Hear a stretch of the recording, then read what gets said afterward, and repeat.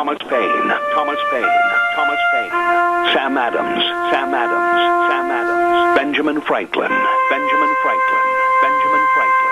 These men spoke up for what they thought was right. From their courage came such documents as the Declaration of Independence and the Constitution of the United States. From their willingness to speak what was sometimes unpopular but right, we enjoy such liberties as freedom of speech, the right to keep and bear arms, and freedom of religion. There are those who still wish to oppress our freedoms, and there are still patriots willing to stand up and defend life, liberty, and the pursuit of happiness.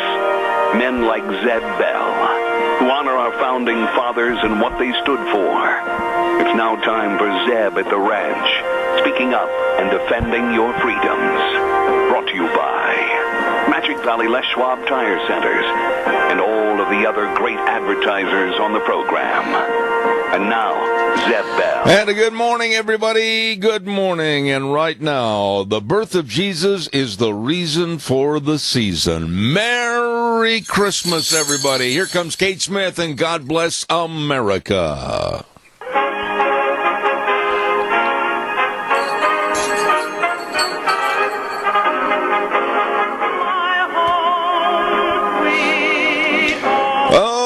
I'm a couple of minutes late here, but we're off and running now. Good morning, Zeb at the Ranch with our major sponsor, your Magic Valley Les Schwab Tire Centers, all 7 locations serving you.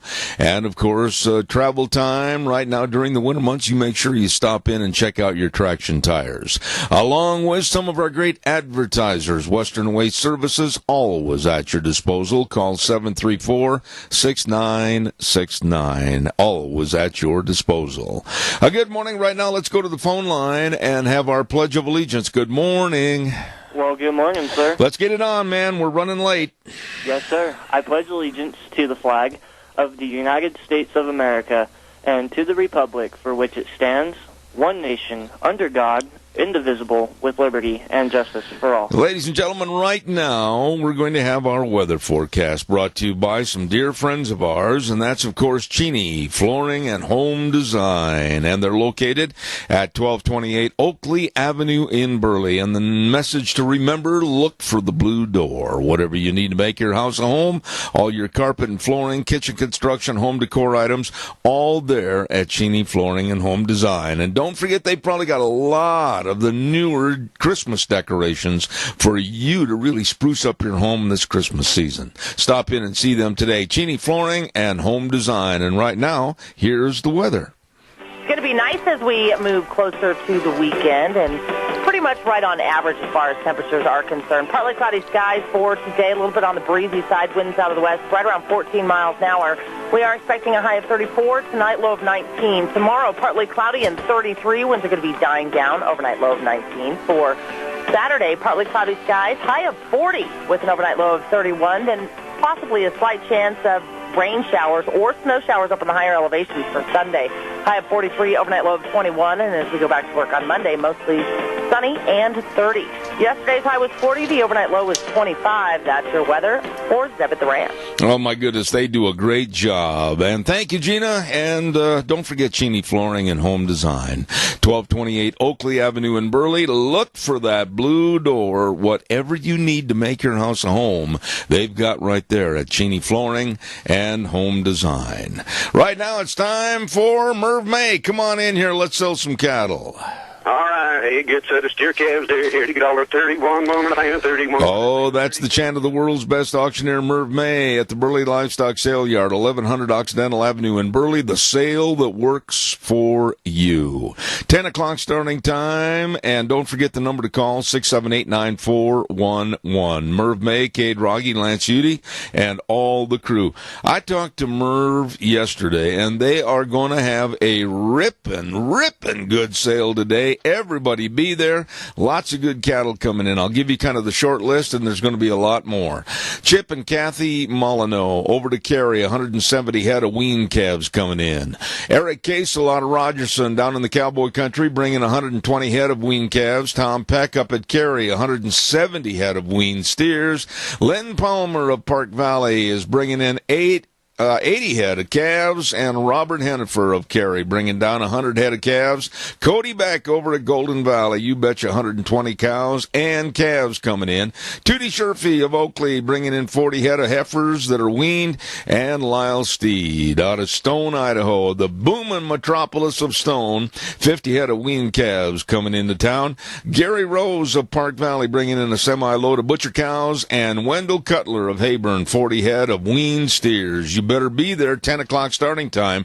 And don't forget, on December 15th, Thursday, December 15th, Burley Livestock Sale Yard is going to have a stock cow sale. They've got about 200 head of stock cows consigned so far, and 4 consignments on your stock cows. Call 678-9411. There you go. Ripping good sale today. Merv, let's sell those steers starting at 10 o'clock this morning. Your calves, they're here to get $31, 1.5, 31, 1.5, 32, 2.5, 3.5, 134, 4.5, 5.5, 135, 50, 135 and I selling $1.35. Zeb Bell gets bottom again. Oh, you got it, buddy. Thank you so much. Merv May, Cade Rogge, and Lance Udy, and everybody over at the Burley Livestock Sale Yard. Absolutely the best. We've got some Christmas wishes, and then we're going to take some of your phone calls this morning as we get things rolling. First of all, I want to remind you about pump service with the Baker Boys at 103 West, 500 South of Burley.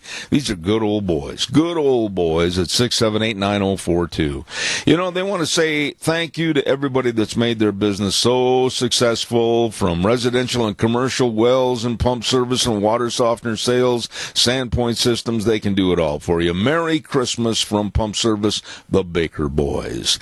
And how about Larry Chris Auto Body at 244 Overland in Burley? Oh, my goodness. You know, this would be a neat stocking stuffer for you folks to go on down to Larry Chris Auto Body at 244 Overland in Burley and get a gift certificate so somebody can go in and have their automobile detail. I think that's a fantastic idea. They do a great job.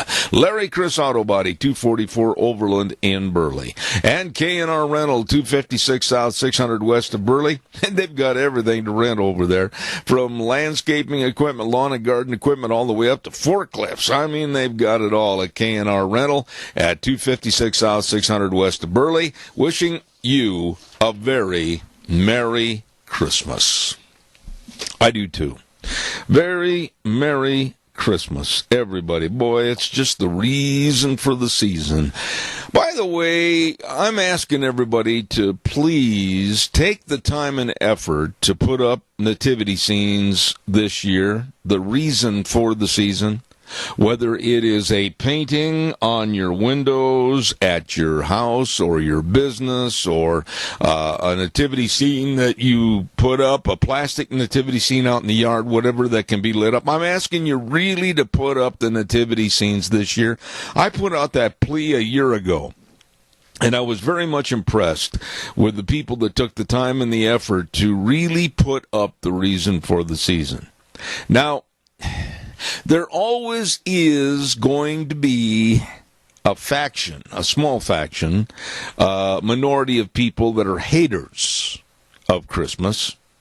And if you run into one of those haters of Christmas and the nativity scene, you know, just tell them you're going to pray for them. Look them right in the eye and say, well, you know, we're going to pray for you so that you can maybe enjoy one of the happiest times on the earth, and that's Christmas time.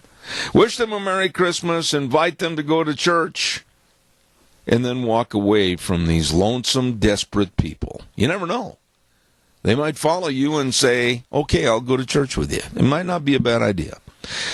All right, calls are welcome. 436-2244, 1-866-927-4587. And don't forget Ramsey Heating and Electric. You know what? I got to stop right there. I'm going to hold off on that ad just for a second. I would like, if there's anybody that's against these nativity scenes and against celebration of Christmas, if you've got any backbone or courage at all, I'm not asking you for your name. I'm not going to ask who you are. Just call me and give me your reasons why you can be absolutely against Christmas. I doubt we'll have many phone calls. Back to Ramsey Heating and Electric at 26. I'll take that call in just a minute. Stand by. Ramsey Heating and Electric at 2600 Overland Avenue in Burley. Number to call 678-0459. They're open at 7:30 in the morning till 5, Monday through Friday. And don't forget they've got all your furnace filters. Yes, sirree, Bobby, to help keep that furnace running efficiently for you. You be sure and stop in today or give them a call at 678-0459 where they provide warm winters and cool summers. Ramsey Heating and Electric, waiting right now this very minute to serve you. Also, I want to quickly tell you about Denny's Restaurant. Now, you know that they're having a pancake special over there right now. Oh, my goodness. They got pancakes, all different kind of pancakes. Rudolph pancake breakfast, fluffy buttermilk pancakes with turkey bacon antlers, topped with vanilla cream and chocolate eyes and nose, served with 2 eggs and hash browns. I'm out of here. Oh, that sounds good. Denny's Restaurant, 611 Overland in Burley. My goodness, America's Diner. And they also have one located at 291 Pole Line Road in Twin Falls. Denny's Restaurant. We're going to have a big old-fashioned Christmas over there on December 15th from 8:06 to 11 right there at Denny's, America's Diner. Thank you, caller. You're on the air. Good morning, Zeb. Yes, sir. You know, this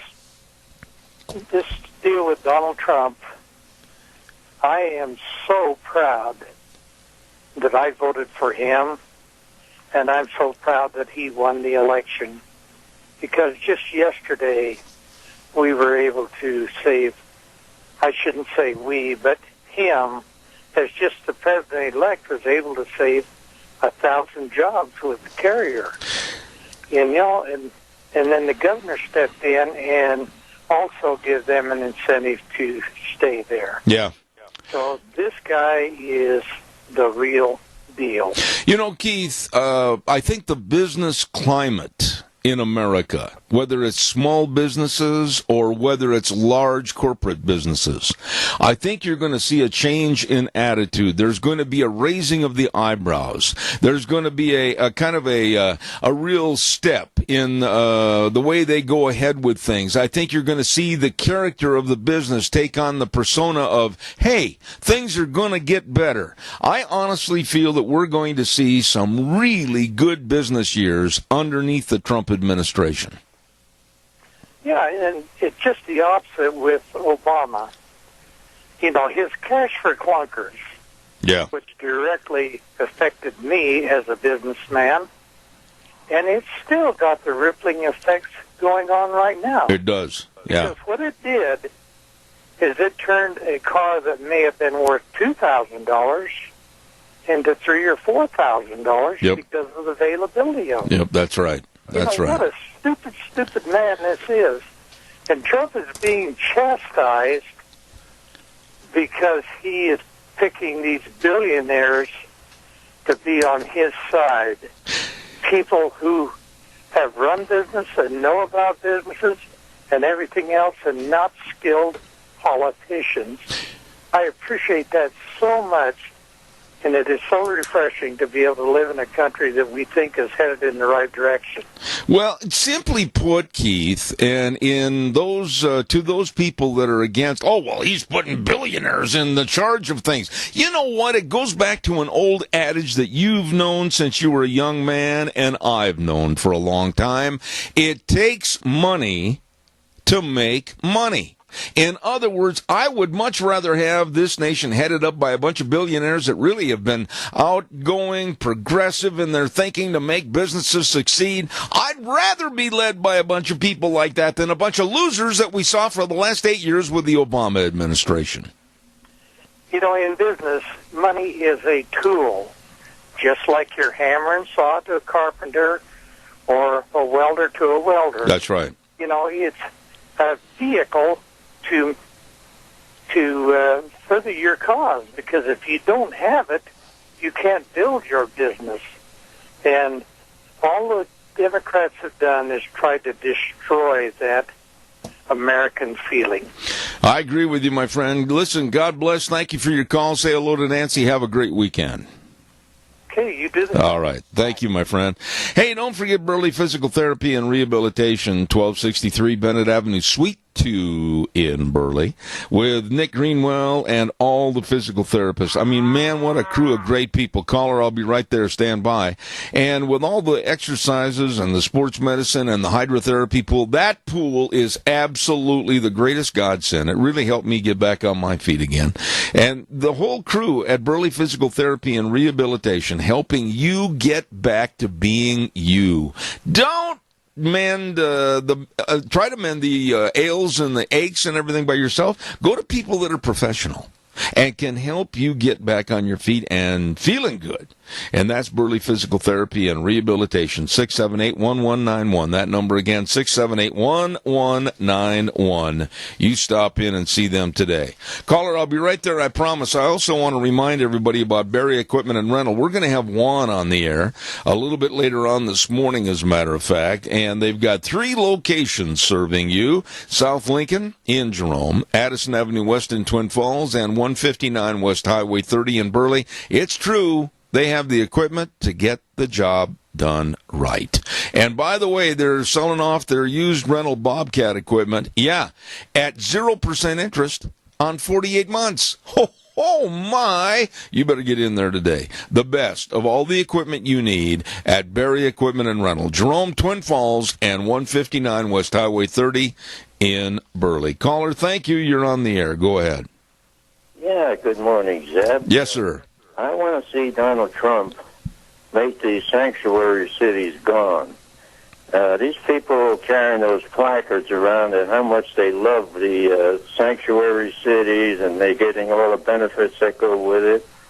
And at the same time, these foreigners are turning our cities into the countries they just left. That's right. That's got to stop.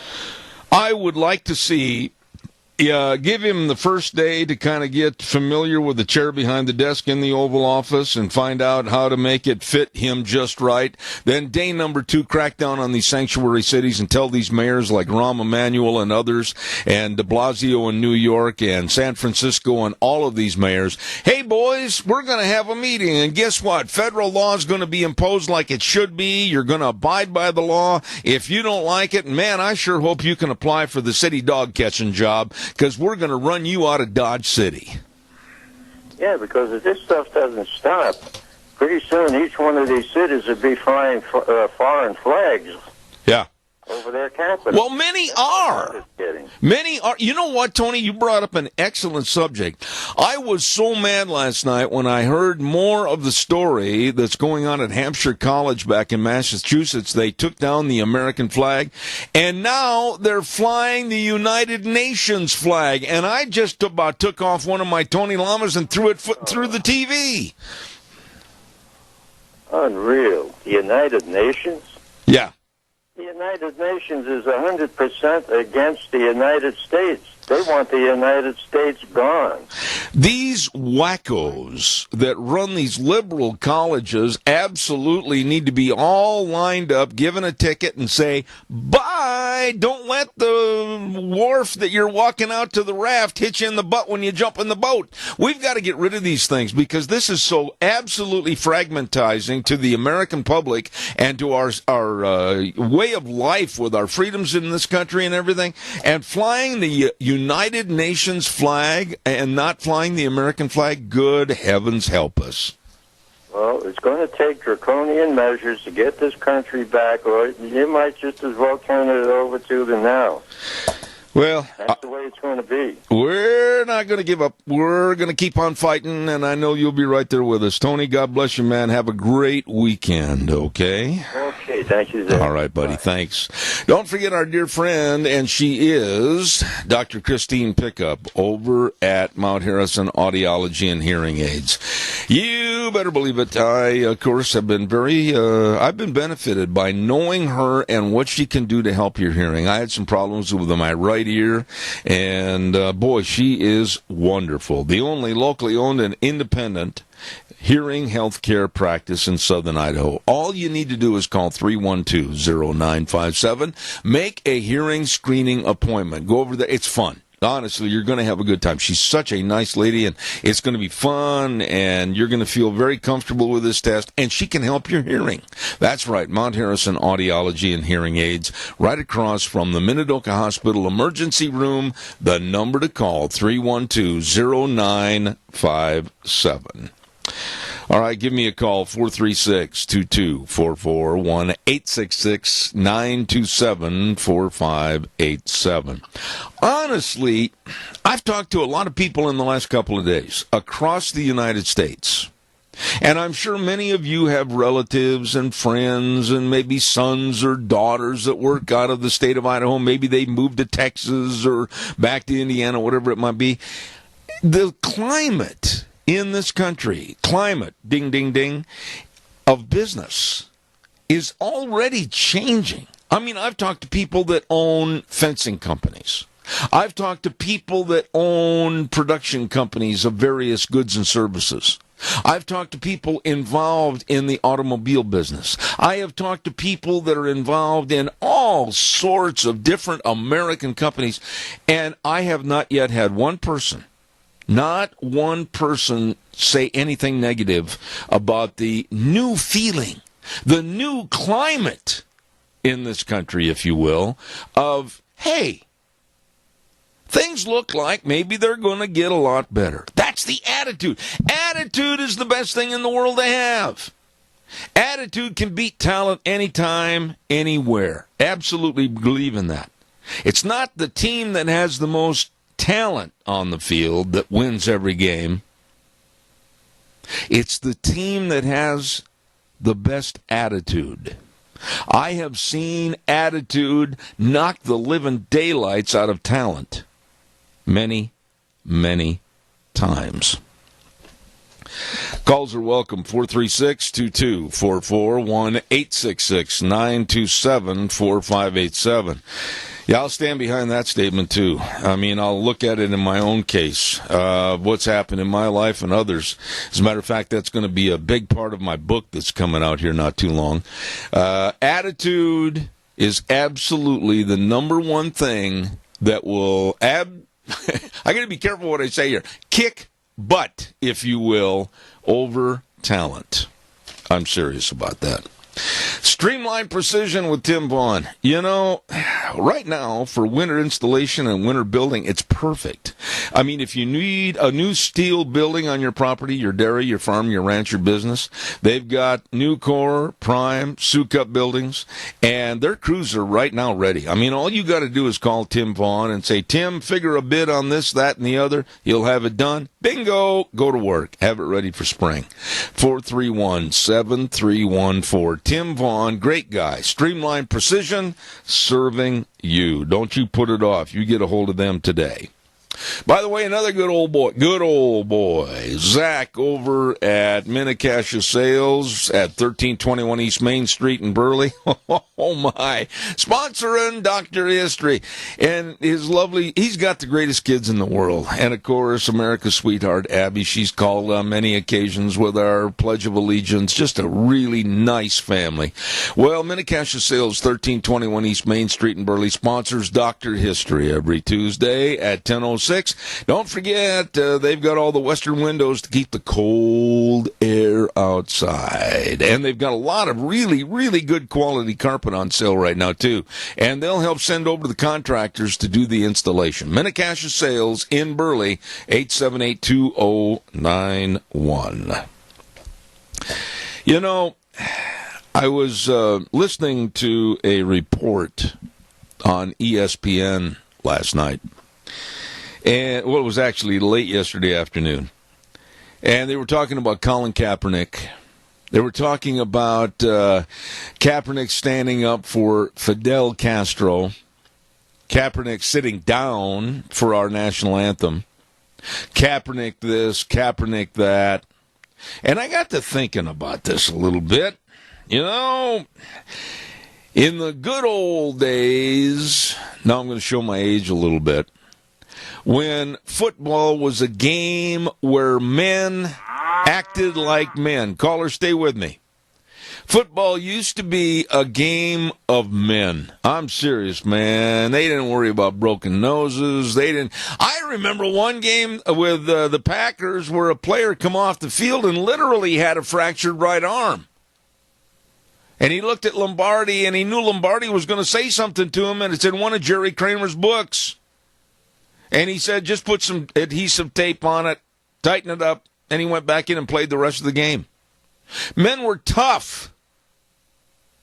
Ray Nitschke, Sam Huff, Dick Butkus. They played for the love of the game. And then, now today, we see the big-haired boy, Colin Kaepernick, with his standing up of anti-American people and celebrating Fidel Castro and sitting down during our national anthem. I dare tell you that in their time, had Kaepernick been playing then and showing his support to a dictator, a murderer, and a killer, and disrespecting our flag, all I'll say is they better have the stretcher boys ready to carry him off the field. Caller, good morning. You're on the air. That's for certain. They better, because they would have just allowed the offensive line would have said, okay, boys, here he is, drill him. Well, he still got the ball in hand, and so then it's legal. You know, it's a shame. This morning on ESPN, and ESPN, let's face it, they're no friend of any kind of patriotic people. They have become something other than what they ought to be.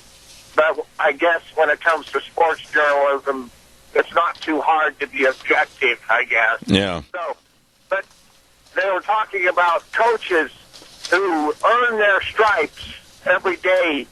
And you know, sometimes, you know, coaches' heads can be on the chopping block. And so when they boil it down, these men have to be, you know, principled, and they're conservative, and not one of them is happy with what Paperneck has done. And so they say if he doesn't get something accomplished before the end of the season, and he is not at the 49ers, he may be out, because he has done so. It's such a sour taste, and they think that he has had an effect on the ratings of NFL. You know, let me go back in time, and again, I'm not trying to turn this into a sports segment, but you know, if I'm older than you are, Randy, by far, but I remember vividly the days that I mentioned of those players, Ray Nitschke, Sam Huff, and Dick Butkus, and others. Nitschke didn't have a tooth in his head.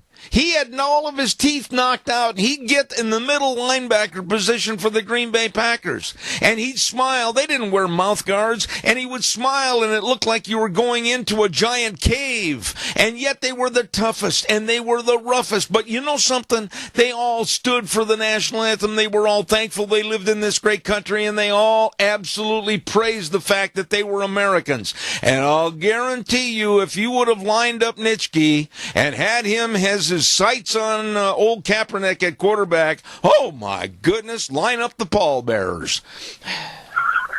Well, there's no question there would have been a little bit of injury happening. So, you know, the thing of it is you'd like to think that, you know, he started this, and I guess maybe it'll end with him out of our hair. Yeah, but he's been a denigrating source to not just the professional football ranks, he's also hurt collegiate and college ranks, because these young know-nothings are standing up along with him or sitting down in the case of the anthem. And this has been derogatory for the entire sport of football. And it's really a shame, and I mean that, it's a shame that a great game and the NFL has been tainted and tarnished because of some idiot like Colin Kaepernick. Well, this is the reason why when Trump has an opinion and it's tweeted and it goes directly to the folks, and, you know, everybody's interested, even if they're maybe not that informed, and they see this and they go, you know, people who burn the flag in disrespect, they are, it's very harmful. And so the fact that Trump has said that, it's his opinion, okay? And that's all right. People like say, yeah, you're right. This is a bunch of you-know-what. Well, I'm glad you didn't elaborate on the you-know-what, old buddy, but thank you for your call. See ya. All right, buddy, thanks. Appreciate it. Yeah, seriously, I was talking to a good friend yesterday, and back in the day, back in the 60s and early 70s, man, I'm telling you, there were some great athletes that they weren't paid these multi-million-dollar contracts. I've had Jerry Kramer on my program quite a few times, the absolutely all-pro NFL right guard for the Green Bay Packers. And he and Fuzzy Thurston, they were known as the Packers sweep, 63 and 64. When they went around the end and led Paul Hornung or Jim Taylor, I mean, it was always either 8, 9, 10, 11 yards, man. Get out of their way, they're going to knock you down. And that was for the love of the game. And now you look at the Kaepernicks, where they're getting $15 million contracts. And he can stand up there and denigrate America and actually denigrate the people that are giving him the contract, the ownership. There is no such thing as riding for the brand and paying attention to the P's and Q's of what the owner wants. They've destroyed it. Caller, good morning. You're on the air. Hey, I know you didn't want to turn it into a sports show, but Ronnie Lott Yes.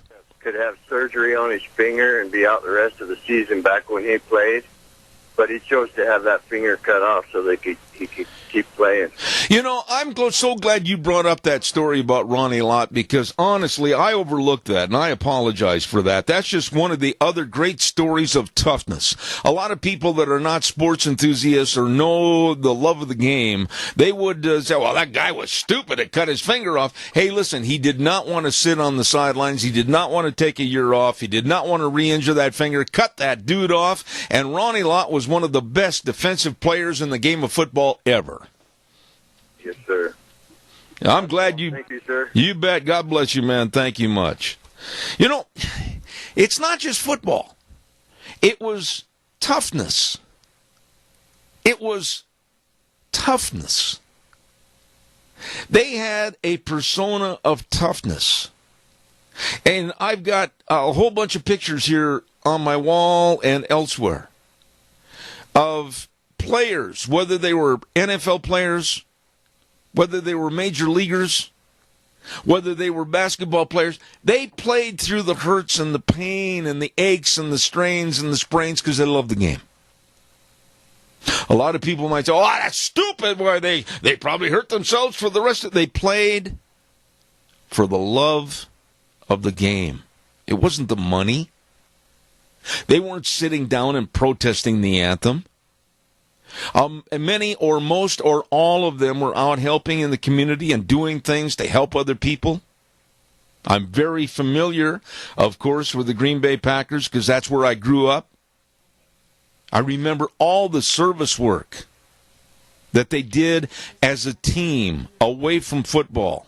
And you know what? There wasn't any black and white or whatever. They went out as a team. I can remember when the Green Bay Packers basketball team played at my high school, and they absolutely showed the complete team attitude. What's that, Deanne? I can't today at 4. I can't do that right now. I'll have to talk to you about it in a few minutes. Thank you. But they had the complete team attitude. And I'll guarantee you that's gone today. Calls are welcome. 436-2244. Caller, I'll be right there. I want to remind everybody about the Bedkey Treasure Barn, located at 1558 Normal Avenue in the corner of 16th and Normal in Burley. And they've got everything for you, from pool tables to barber chairs to tools to you name it. And listen, 20% off everything in the store with a minimum of a $10 purchase. And they've got ammunition at 10% off. Better stop in today. Wonderful people serving you. Daryl and the crew. And the number to call, 878-2015.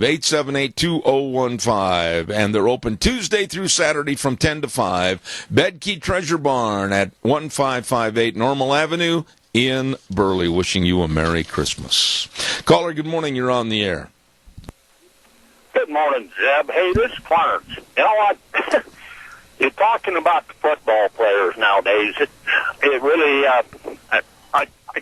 to what they would have done maybe 20 years ago, 30 years ago. The padding they got and these special helmets and everything, and the rules have been changed. I've been waiting for them to put tutus on the quarterbacks. But, man, back then when we played, we had sponges stuck between leather pads for a padding. One bar in a helmet that you hope would fit. And we went out there and hit each other just like they do now, but we didn't have all those extra rules. I mean, you got a guy down, you got him down the best way you could. You know something? It's such a refreshing treat to hear you call and talk about the old days because it's so true. I can remember in high school they had the single bar face mask. Remember that? The single bar? Yep.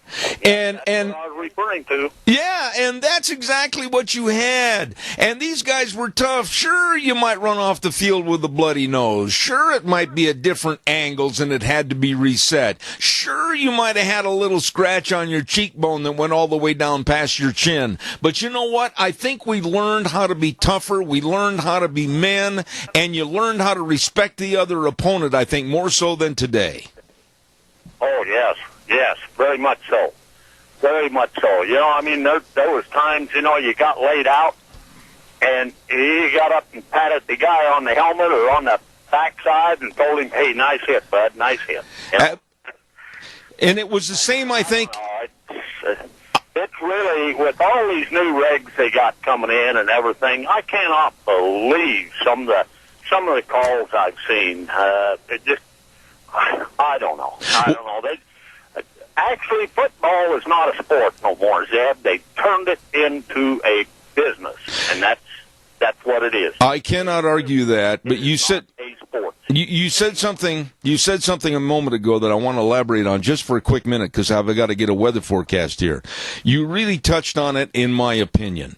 You said something about let's dress the quarterback in a tutu because you can't touch them and they might as well just get paid for dancing back there. I absolutely agree with you. I think football in its entirety, right now today, and I don't care if coaches are offended by this or whatever, football has turned so wussified with the rules. I think that's why there's more injuries. People are pulling up. People are turning sideways. People are trying not to do this. People are trying not to do that. And I think that's why there's an occurrence of more injuries. Exactly. Because they're not really prepared to, protect themselves. The ones that's getting hit are not really prepared because they know their opponent can't hit them, and well, some of them really get laid out, yeah. But as far as them quarterbacks go, they just don't really prepare themselves for a clobber that they could take. But like you said, those guys out there are doing everything they can to keep from doing a flying tackle or slamming into them good, putting them down. Those guys are going sideways, like you say, everything else pulling up from their hits, and they're getting hit. They get more injuries than what we used to get. I'll tell you what, if you honestly think about this, and then I got to go, I'd like to talk more about this, but think about today. If, like the Patriots or the Packers or any team went into their locker room today, dressing for the game, and all of a sudden they reach up into the top of the locker and grab their helmet, and all the face masks have been taken off and replaced with that single bar face guard, holy buckets, you'd see a whole bunch of people with a whole different attitude. Oh, yeah, they would. Same way with the padding. The padding nowadays is advanced so much. We used to wear them great big old heavy pads, and actually it was just mostly a foam or a foam rubber inside, and all leather. Yeah. But and we didn't have thigh pads or shin pads those days, and they just got so much more now on what they had, and it's advanced so much. I agree with you, and we used to have, and I think the game was a better game back then. I do too. I know. For myself, I enjoyed it better. I've seen a lot of the replays of the championship games way back to when the Colts played the Giants in the ice game that they had in New York City. I've seen all those games. Sir, I got to run. I'm running late, but please call me again. I've enjoyed it. Thank you. You bet, Dad, and you have a good day, and thanks for what you're doing. All right. Thank you very much. Helped a bunch. Thanks. Thank you. Thank you very much, and Merry Christmas to you. I've got to get a weather forecast in here right now, and I got to have the Riverview Urgent Care at 382 North Overland and Burley, Twin Falls Urgent Care at 2392 Addison Avenue East in Twin, and Jerome Urgent Care, 133 West Avenue A in Jerome. Yep, minor emergencies, major care. I mean, they can take care of everything. You know, you fell off the ladder, didn't you, Bunky, putting up all the lights? Oh, you got a pretty good gash on the side of your leg. Go to the urgent care. Or maybe you were out wrestling in the backyard with the kids, and all of a sudden, ding, you got your head all cut up on the old hammock that's been hanging there for 17 years. Well, they can take care of all the lacerations and the fevers and the coughs and everything else, minor emergencies.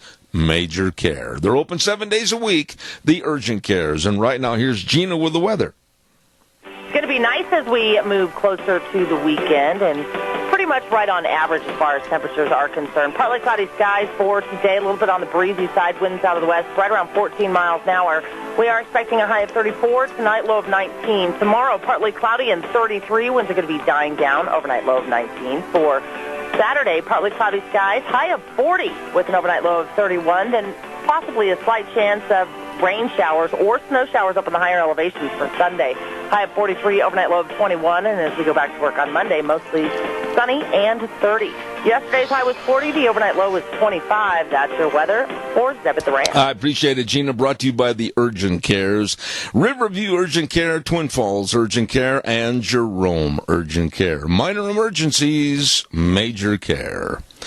Calls are welcome and appreciated. 436-2244. Hey, by the way, we talked about the humans. Now we're going to talk about the animals. Caller, I'll be right there. Stand by. Ark Animal Hospital at 750 21st Street in Hayburn. Warm hearts for cold noses. And it's a mixed animal practice, meaning big or small, they love them all. Why, you could take in a giraffe and then a kitty cat, and they'd love you, and they'd take care of them. Dr. Bill, Dr. Liz, the whole crew, and they've been voted Minnecache's best veterinary hospital on multiple times. Ark Animal Hospital, 750 21st Street in Hayburn, 678-1171. Let me back up. 678-1177. Attaboy, Zeb. Give them the right number. Warm hearts for cold noses. Caller, good morning. You're on the air. Good morning, sir. Yes, sir. I remember Johnny Unitas playing out there, had a big old scar across his nose and almost black eye. And I mean, you let a quarterback nowadays take the beating that Bradshaw and Starr and Unitas took when they was in their career. Oh yeah. You know, but really, I don't want to highlight the beatings or the hitting or anything, but it was a tougher game. It was a tougher game. It was, and I think that there were less injuries. Maybe some were less reported. I'll go along and give that. But I think that it was a high contact, high hit game. But today, with all the rules and the wussification, I wonder if that hasn't created more problems. I think so. Have you ever watched a rugby game? Oh, yeah. Now, those guys... Well, they're crazy. They're tough. they're crazy. Yeah, I'd like to see an NFL team take on a rugby team. I don't know what goes on in those scrums, but I will tell you this much. Perhaps I don't want to know. I watched one the other day. It was on TV, and I was at a restaurant, and I was watching that, and I'm thinking, holy cow. Yeah, really. And holy cow's not what they're saying in those scrums. Oh, no.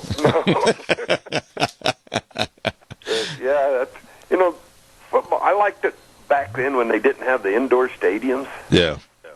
And the field was wet, and you'd get tackled, and they'd slide 10, 15 yards, Yeah, and then they moved the goalpost from the front of the end zone to the back. And remember, a lot of plays, and I've got a kind of a composite of a lot of the horrendous plays in the NFL from time immemorial. I never will forget the one with the wide receiver for the Giants that's going downfield on a kind of a post pattern. Well, believe me, it was a post pattern because he ran into the goalpost head on. I know it. I remember seeing that Yeah. one. Yeah. And it laid him out. Oh, boy.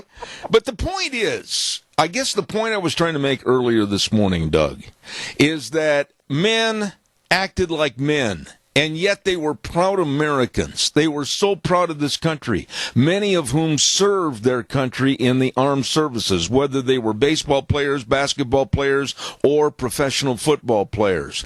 And this deal with Kaepernick as of 30, 40, 50 years ago, I said it and I'll stand behind it. You better have the stretcher crew ready. Oh, yeah. Yeah. If somebody had tried to do something like that back then, I'll guarantee you what, he'd had a big target on his back. Oh, my. And some of his teammates wouldn't do some good blocking for him either. It might have been like a Mexican bullfight where they wave the cape and say "Olé" and say "and the huddle." Oh, gee, I missed that block. I'm sure sorry. Yep. All right. Well, you got a new caller coming in, so God bless. All right, buddy. Thank you. Merry Christmas. Merry Christmas to you, my dear friend. Thank you so much. Caller, good morning. You're on the air. Go ahead, please. Good morning, Zeb. Yes, sir. This is Mike Campbell. Hey, I've got a little story for you. In the mid-1970s, after I'd come home from Vietnam, I'd gone on the Idaho Falls Police Department, and one morning about 5:30 in the morning, I had stopped in at one of the local motel restaurants, kind of like Perkins over here, to have a cup of coffee. And as I went in, I saw a bunch of great big guys had put a couple tables together, and they were all sitting around being real loud and laughing and talking and stuff. As I was sitting there, I realized that one of the people there was Larry Zonka. Oh, boy. And that's when he was playing for Miami. Yep. So I walked over with my cup of coffee, and I said, "Aren't you Larry Zonka?" And he goes, "Yeah, sit down, young man." So I sat down at the table with him, and to make a long story short, as they brought all the food around to everybody, these guys were not embarrassed one bit, all of them, and they were all professional ball players. They all bowed their heads right there in the restaurant and said a prayer before they ate. Right. And, they didn't care who it offended or anything else. Absolutely. These guys were real patriot Americans and believed in God. And Larry Zonka ended up buying my breakfast for me. Well, I'll tell you something, Mike, and my little story. I appreciate that very much, because I'll tell you, and by the way, as big and as tough, with a nose that had laid east to west and north to south 17 times, who is going to go up and tell Larry Zonka that he can't pray at breakfast? Who? You tell me. Well, I'll tell you. I got to run, Mike, real quick. So it wasn't going to be me. All right, buddy. I appreciate that story. Thank you so much. God bless you, man. Merry Christmas.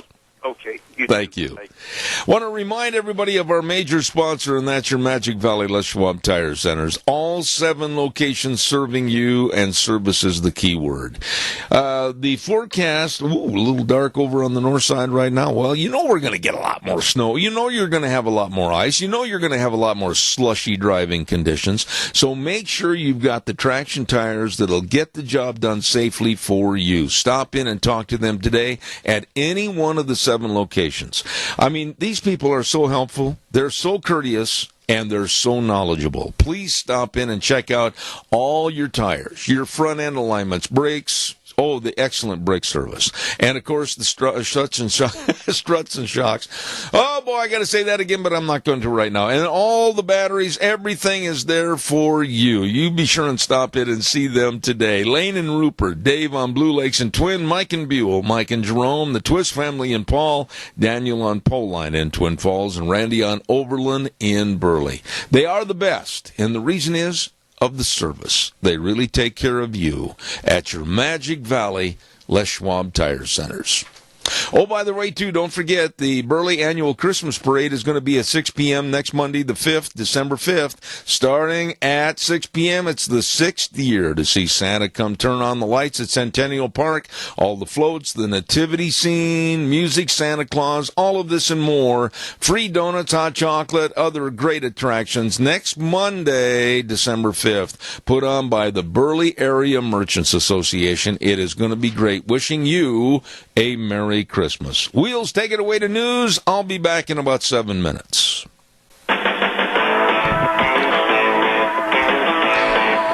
Oh my, welcome back. Hour number 2, Zeb at the Ranch. Welcome to Zeb at the Ranch. I'm Zeb Bell with our major sponsor, your Magic Valley Les Schwab Tire Centers, and of course all 7 locations serving you, including some of our great friends and advertisers like Western Waste Services. From the canyons of the Snake River and all across southern Idaho, we're always at your disposal. Western Waste Services, we care about our community, our resources, and this great land. Western Waste Services is lending a hand, always at your disposal. Western Waste Services. You gotta clean up the house a little bit, don't you? Because you got all the relatives coming over for Christmas and everything, and then you looked at that one room and you said, oh my golly, we've been using that for storage. We got a whole bunch of throwing outside to get done. Well, listen, get a dumpster. Get a dumpster from Western Waste Services. They've got them in various sizes, and they'll bring it out. You fill it up, they'll come and get it. Hey, problem solved, garbage gone. All you have to do is call them. They're always at your disposal. 734-6969, Western Waste Services. You call them today.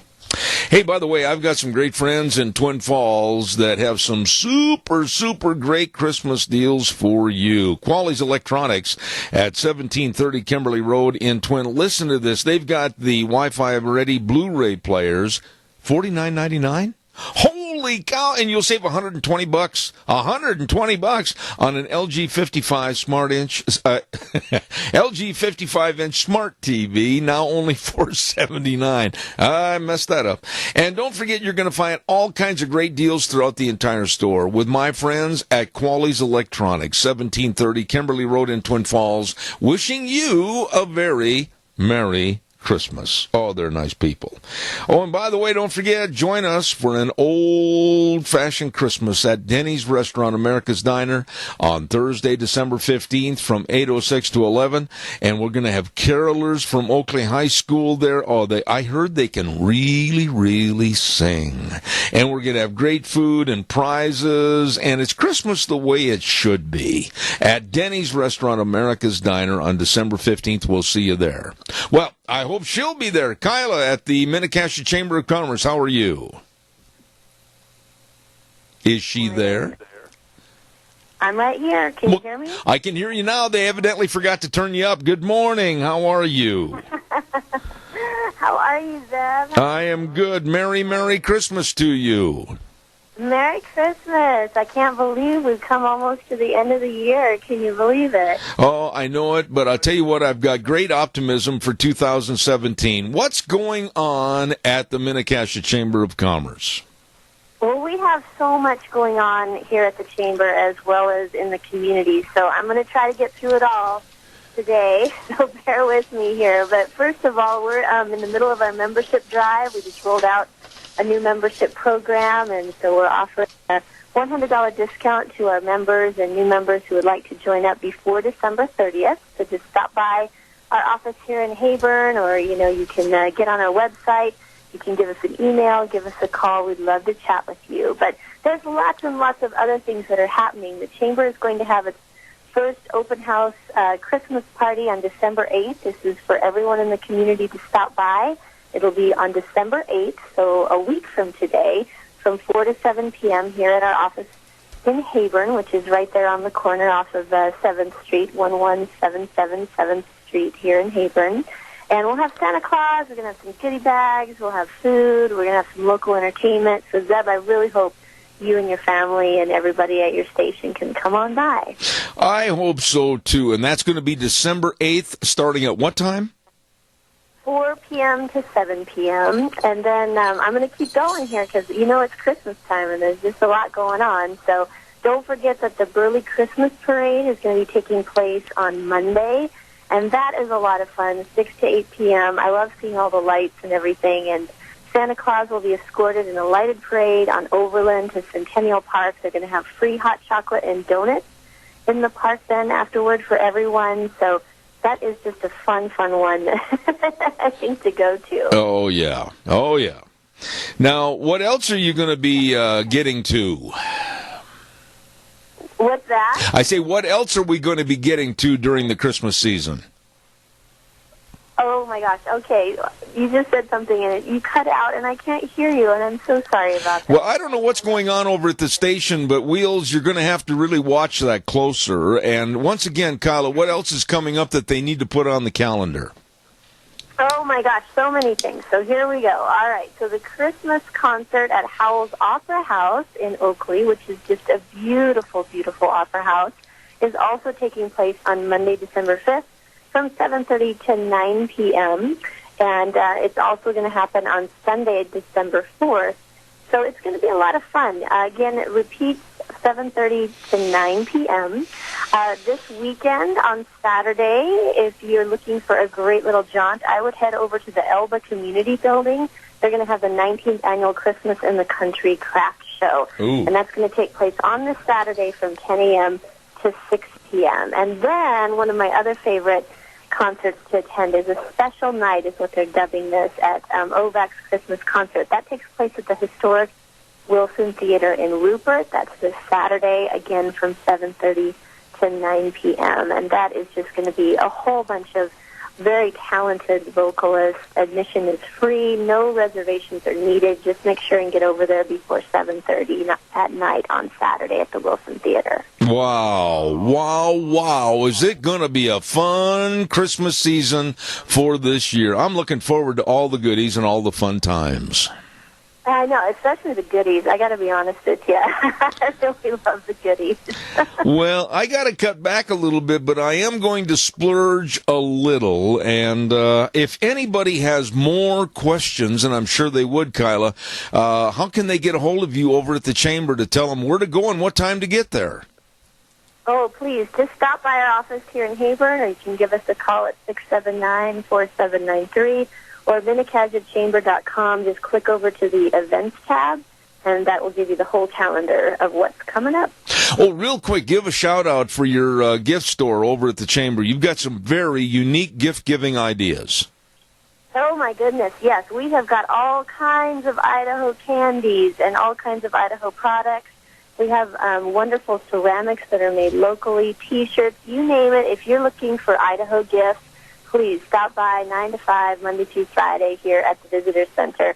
All sorts of fun things for, those hard-to-give gift people in your life, or someone maybe who's on a mission and they are missing Idaho. This would be a great way to send them a little bit of love from home. Okay. Kyla at the Mini-Cassia Chamber of Commerce. And tell everybody, please, the ways they can call you. All right, 679-4793. You can get a hold of us here 9 to 5, Monday through Friday at our office in Hebron, or just hop on minikajachamber.com. All right, Kyla. God bless. Merry Christmas. Merry Christmas. We'll talk to you soon. All right. Take care. Take care. Thank you so much. What a nice lady at the Mini-Cassia Chamber of Commerce. Doing a great job, too. Thank you very much.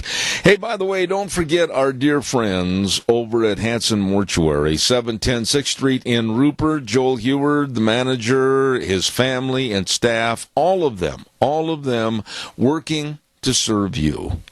When there's the passing of a loved one and the whole world just turns upside down and you have such limited time to get everything done, please sit back, take a deep breath, and call them at 436-5636. They can and will help you with all the arrangements, always with the highest ethical standards, with unquestioned integrity.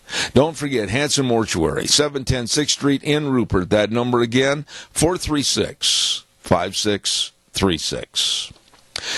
We've got a lot of Christmas messages to put out in front of you this morning, and I also want to mention the Goodie Shop. Oh, this is quite a place. I mean, Shelley and the crew, they do a wonderful job at 133 West Main in Burley. Oh, my goodness. If you're having a hard time figuring out what to give that special somebody, they can make baskets with all kinds of different items in it, cookies and fruit and all kinds of lunch baskets. Oh, my. Don't wait a minute. Just give them a call at 647-0106. The Goodie Shop, 133 West Main in Burley. Along with, and I'm really proud of these people, they're doing a wonderful job, the Burley Area Merchants Association. And I'll tell you what, they're going to have their big annual Christmas parade again. I know Kyla just mentioned it. It's going to be at 6 p.m. on Monday, this next Monday, December 5th. Don't miss it. It's going to be fun for the entire family. So once again, our thanks go out to some wonderful people, some wonderful merchants. The Burley Area Merchants Association support local businesses, and they're supporting you with their annual Christmas parade next Monday at 6 p.m. And the Fairfield Inn and Suites of Burley at 237 West 7th Street North in Burley. Number to call, write this down. You're going to be glad you did, 677-5000. All your relatives are coming in for Christmas. All your relatives want to use your bathroom. Well, hey, there's the reason you should call 677-5000. Fairfield Inn and Suites of Burley. Newly renovated, great place to stay. You give them a call today, 677-5000. You'll be glad you did, believe me. Oh, my goodness sakes, in just a few minutes, we're going to have Dog Nation on the air this morning, but I've got time for a couple of quick calls. Give me a jingle at 436-2244, 1-866-927-4587. Linda Peterson sent me this, and I want to get this on so you can make plans for it. The Burley High School Band, with new director Tim Wood from Coeur d'Alene, and they're going to have, along with the choir and Dusty Fisher and some of his great students, a concert on December 12th at 7 o'clock at the King Fine Arts Center.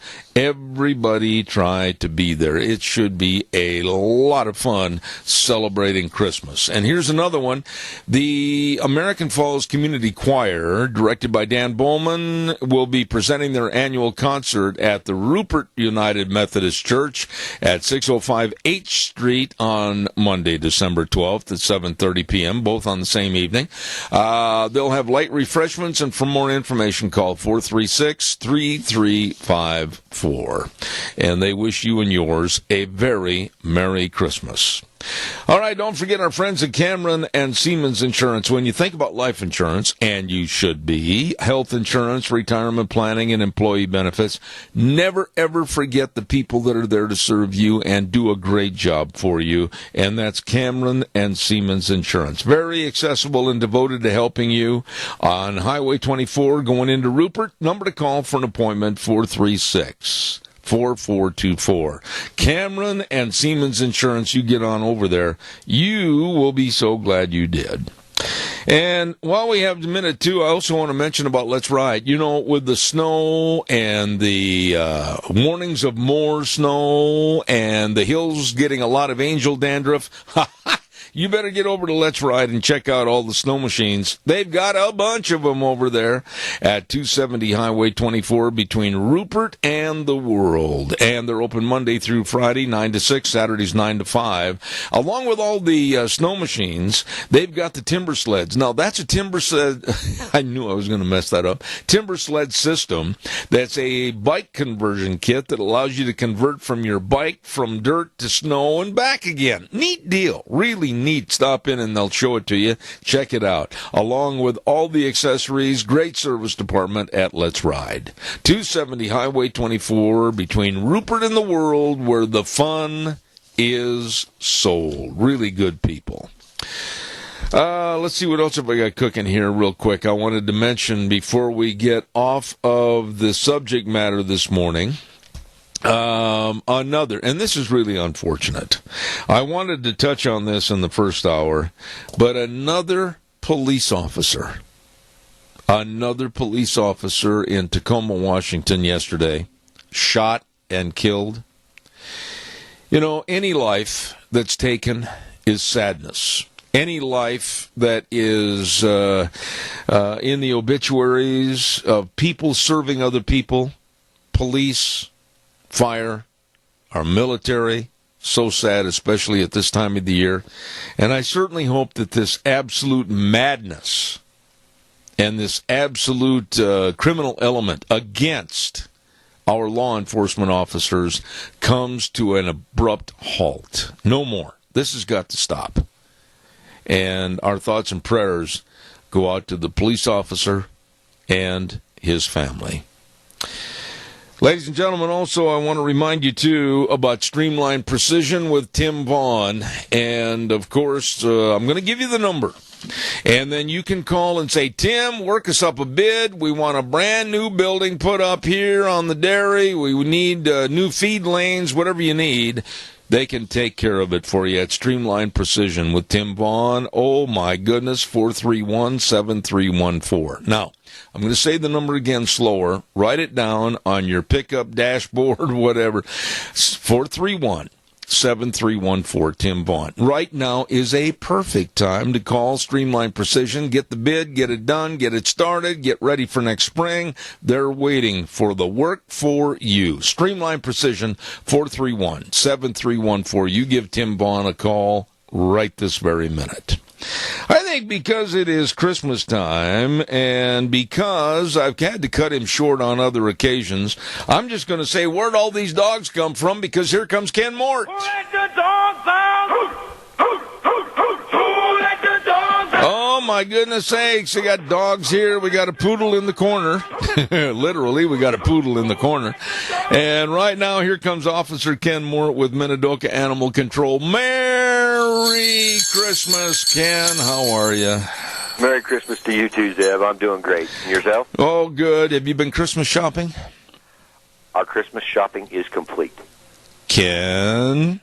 It is. Ken? Ordered the last Christmas present yesterday, and it'll be here on next week. So. Okay, what makes you so perfect, Mr. Animal Control Officer? All I have to worry about is one gift, and that's the gift for my wife. And she handles all the rest, and she does that on Black Friday with my mom and my sisters. Your wife actually jumps out and takes her life in her hands and goes to Black Friday? Yes, she does. They actually start about 4 o'clock on Thanksgiving evening, and they're out all night long getting all them good deals. And, I mean, we get all the Christmas gotten on that right then and there, and then all we got to worry about is just getting it wrapped and underneath the tree. Oh, you are a brave man to give your wife the credit card for that much time away. Actually, I don't have to worry too much about that. I don't have a credit card to give her. My mom turns around and takes all of her overtime that she makes every year with the receiving there for Harris Moran up in Nampa, and divides all that overtime up between my wife and my two sisters, and they all go as a group Black Friday shopping, and that's how Christmas is bought. Holy smokes, they're coming down aisle 7. Get out of their way. Exactly. Okay. What's going on in the world of canines? Well, I don't have anybody to feature today, but I do want to start talking up our Dessert for Dogs that we got coming up in February, on February 9th at the Wilson Theater. We are looking for corporate sponsors right now. We've got a bronze, silver, gold, and platinum sponsorship that people can sign up for, businesses, even private individuals that are interested. The bronze sponsorship goes for $100. You wind up receiving 2 event tickets and attend the event, 10 raffle tickets, plus you get mentioned in the event press release that we will wind up having done. The silver sponsor is $250, which you get 4 event tickets, 20 raffle tickets, mentioned in the event thing as well.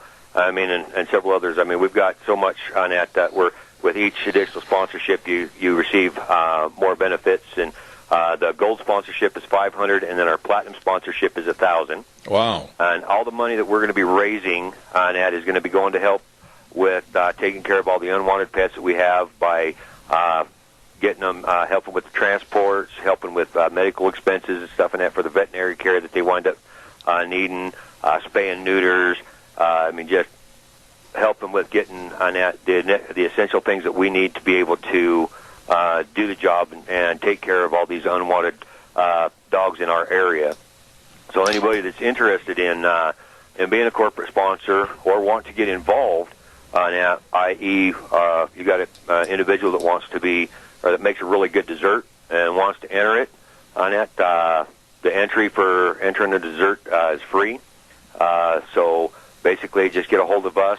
We've got several different categories, like cakes and cookies, and I mean, just pies, just all sorts of different categories. So they can get a hold of me at 670-7268, Gina Allred at 312-1602, or Deb Hines at 670-4348. Okay. Now, I wanted to ask you, too, I am surprised, really surprised, that you didn't have a dog to feature this week or a lot of dogs to worry about finding homes for. I would really have thought this time of the year, this close to Christmas, that you would be deluged with animals that you wanted to highlight on the program.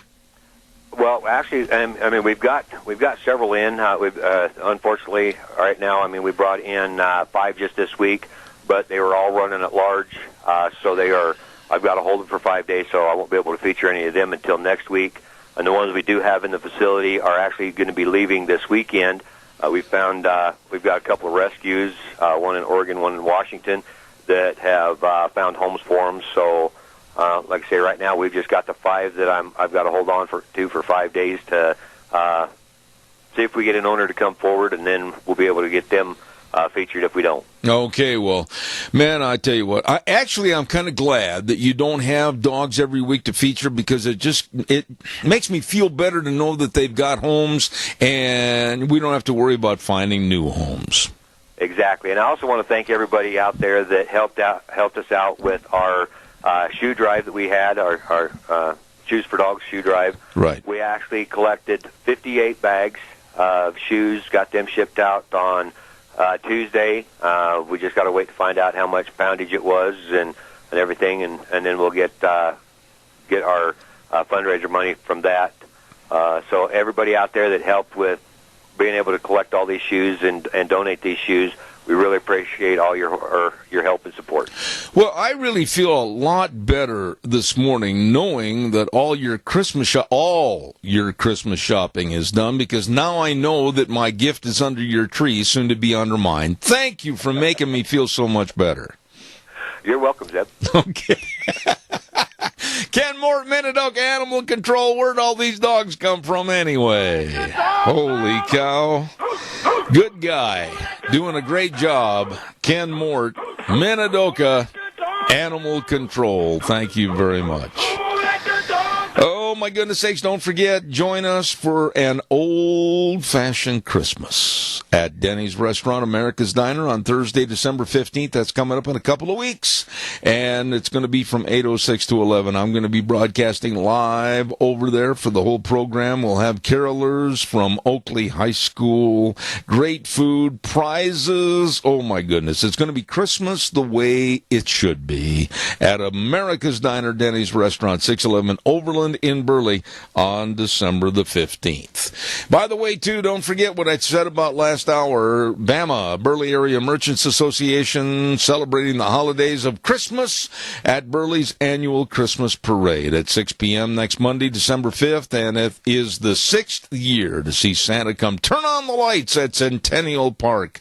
They'll have floats in the nativity scene and music, and the parade, of course, is going to start at Dworshak School and goes down Overland to Main Street, then in circles to Centennial Park.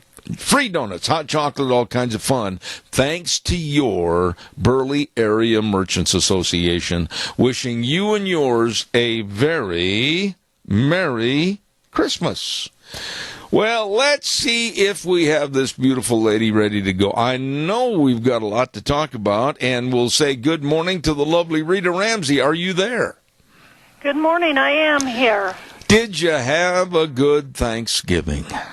We did. We did have a good Thanksgiving. And you had turkey and all the trimmings? Oh, yes.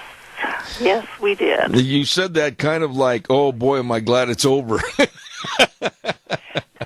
Well, on Thanksgiving Day, I told my grandkids before we got ready to eat, I said, maybe I should have you all say what you're thankful for before we eat. And they kind of looked at me like, oh, I wonder what I'm going to say. And I said, probably it's finally time to eat. We're thankful it's finally time to eat. There you go. There you go. Rita, I got to tell you that I said this first hour, maybe you heard me, that I have had the occasion to talk to a lot of business people the last couple of days. And the atmosphere, the attitude, the business climate, there seems to be a change. There seems to be a spring in their step, so to speak. They seem to be saying, hey, things are looking up, especially after what we heard with the saving of 1,000 jobs at Carrier Air Conditioners. I'm telling you, there's a new vibrancy in America. What about you? What do you think? Well, I hope so. The way that Trump's cabinet is starting to fill in, it gave me hope a little bit, but he's kind of going off the rails on some of this stuff, I'm afraid, and I hope that it will work out, but I don't know. What are your shortcomings on the cabinet? I'd like to know. Well, when he appoints somebody like Elaine Chao as the transportation secretary, and that doesn't mean a big deal, but the big deal is that she is Mitch McConnell's wife, and I think that is a conflict of interest, and I don't feel like that he should be appointing people from the old guard in there. Okay, but and there's a number of others that are the same way. You get the Department of Commerce, that Todd Ricketts, and he's a billionaire, but he's made his billions by going with amnesty and hoping that the Chamber of Commerce people and that kind of thing. I mean, that's his alley.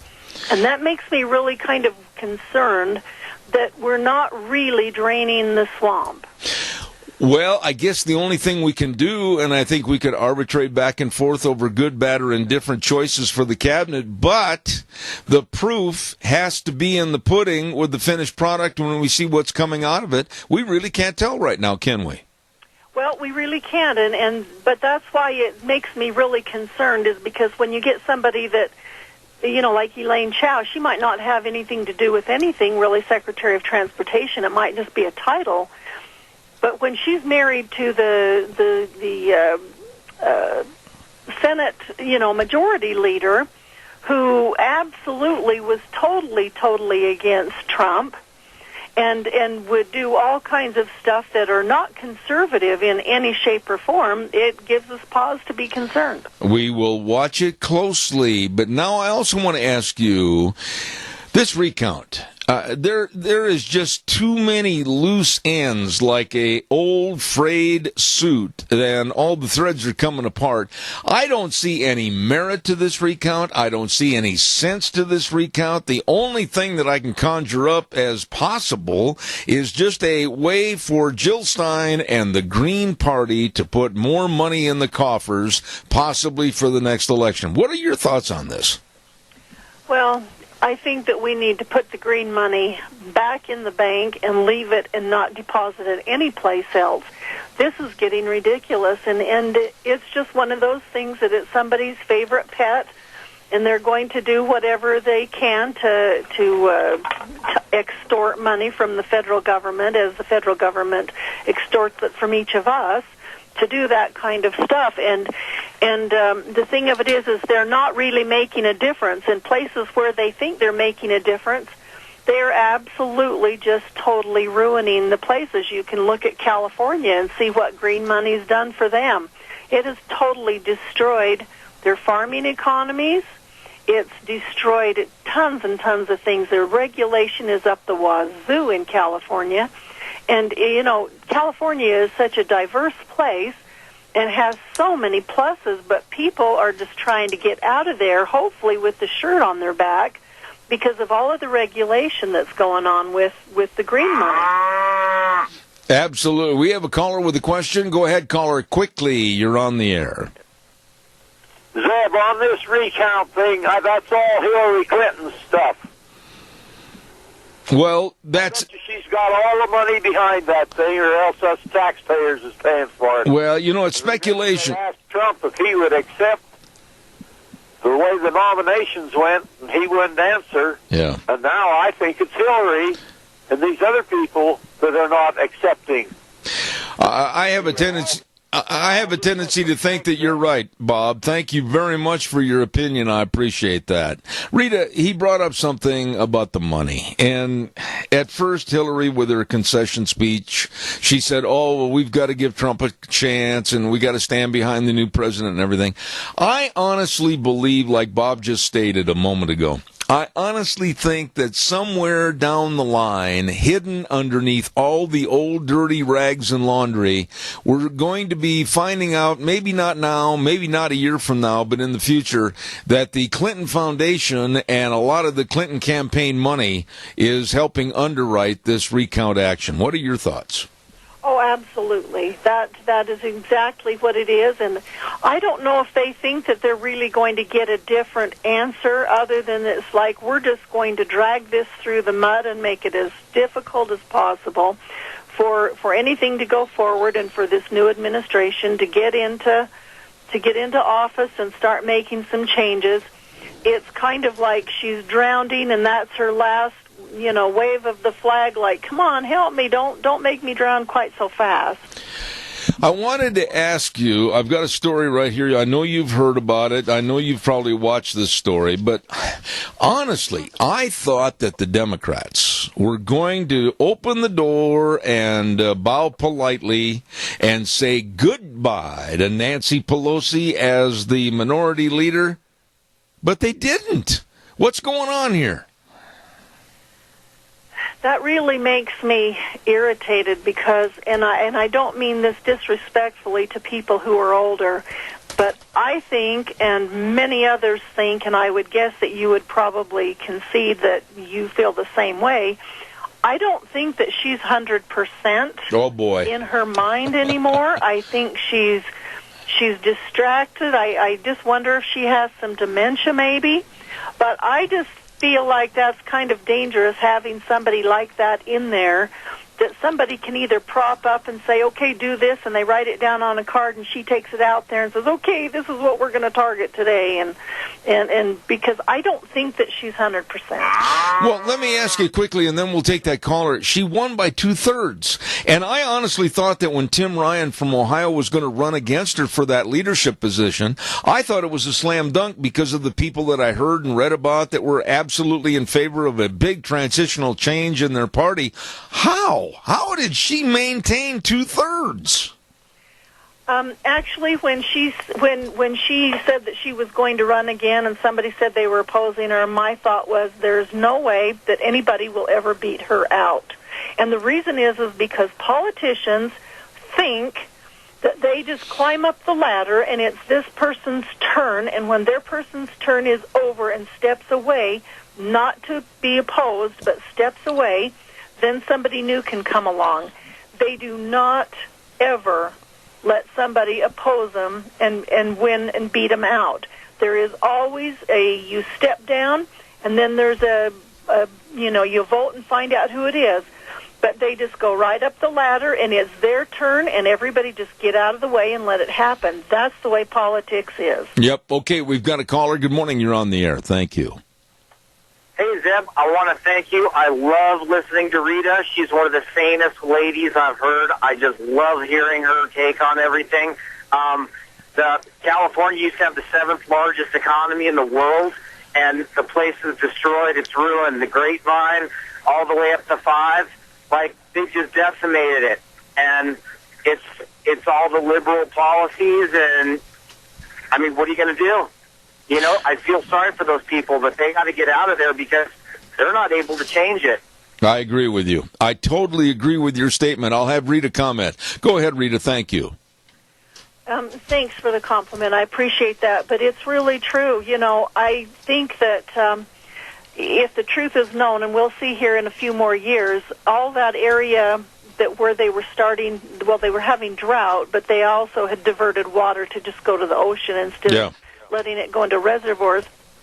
I'm sure that they're losing all of their nut trees as well. Most of those people are nuts down there that are in the to the left, I should say.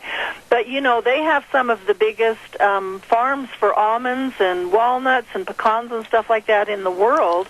And those trees are drying up and dying, and you don't plant new ones this year and have have nuts on them this year. They have to be established and grown a number of years before they start producing, and so we're going to see a lot of kickback from a lot of the things food-wise, and not to mention other things, but especially food-wise, in the future, and it's because they have just, well, we want to make sure that little delta smelt is taken care of, and we don't want to have any kind of reservoirs so that we can save the water and pass water down to grow crops and stuff like that. I mean, they're just a bunch of crazy people, and it's all due to the green stuff. Yeah.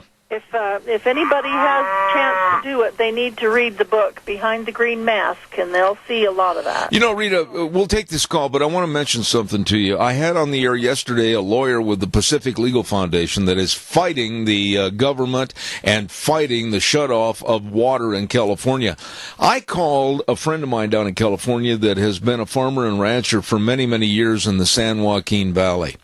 And I can't even express the bitterness and the hatred that they have right now because they're losing a generation upon generation upon generation farm and ranch, and all because of a silly, ridiculous little smelt fish, less than 2 inches long, that absolutely is worthless to any environment, and they're losing everything. They're losing their community. They're losing the people that are their friends and neighbors. They're losing their families that are leaving the family and having to get jobs elsewhere. And they're almost to the point, and the tone of his voice, of picking up a pitchfork and really going after these leaders because they're killing them, literally, with any chance for the future. Well, they do need to have an uprising, and they need to have a big enough uprising that it goes national and worldwide, and people start seeing what's really happening there. And until they can get some groups big enough that will go out and actually protest and do something, they can't get the mainstream press to pick it up or even announce that they're doing that type of thing. But it's really sad. I know there was one deal that this lady that wrote the Behind the Green Mask, she the way that she found out is she was actually a flaming liberal, and she worked for one of the counties or the state, I can't remember which it was, and she went out to one of the places where it was a big farm area, and they had hundreds and hundreds and hundreds of acres of farming ground, and the family lived on one corner, and there were several hundred acres in between, and they wanted to have a corner for their son to build his house on the other side of their farm, clear away. It wasn't like it was just right next door, 25 yards away. It was clear across, and their laws would not permit them to do it because you can only have one house in that particular area. And she started investigating, trying to figure out what in the heck that was all about, because if you have a family farm, you should be able to have family build homes and live on it and produce and that kind of thing. It just didn't make sense. What it all came down to was the green thing. Yep. Nope, dude, there's too many people on that area, and you can't have more than one house on a farm. And so the farm didn't mean whether it was, a 10-acre farm or a 2,000-acre farm. You could only have one house on it in that particular area. And she started doing a lot more investigating and finding out that there was all kinds of that stuff happening. And so basically what they were trying to do is squeeze out families from having farms and do just like you said. They're having to leave the family farm and go someplace else instead of continuing on and producing and feeding the world. Absolutely. Another quick call. Quick caller on the air. You're on. Thanks.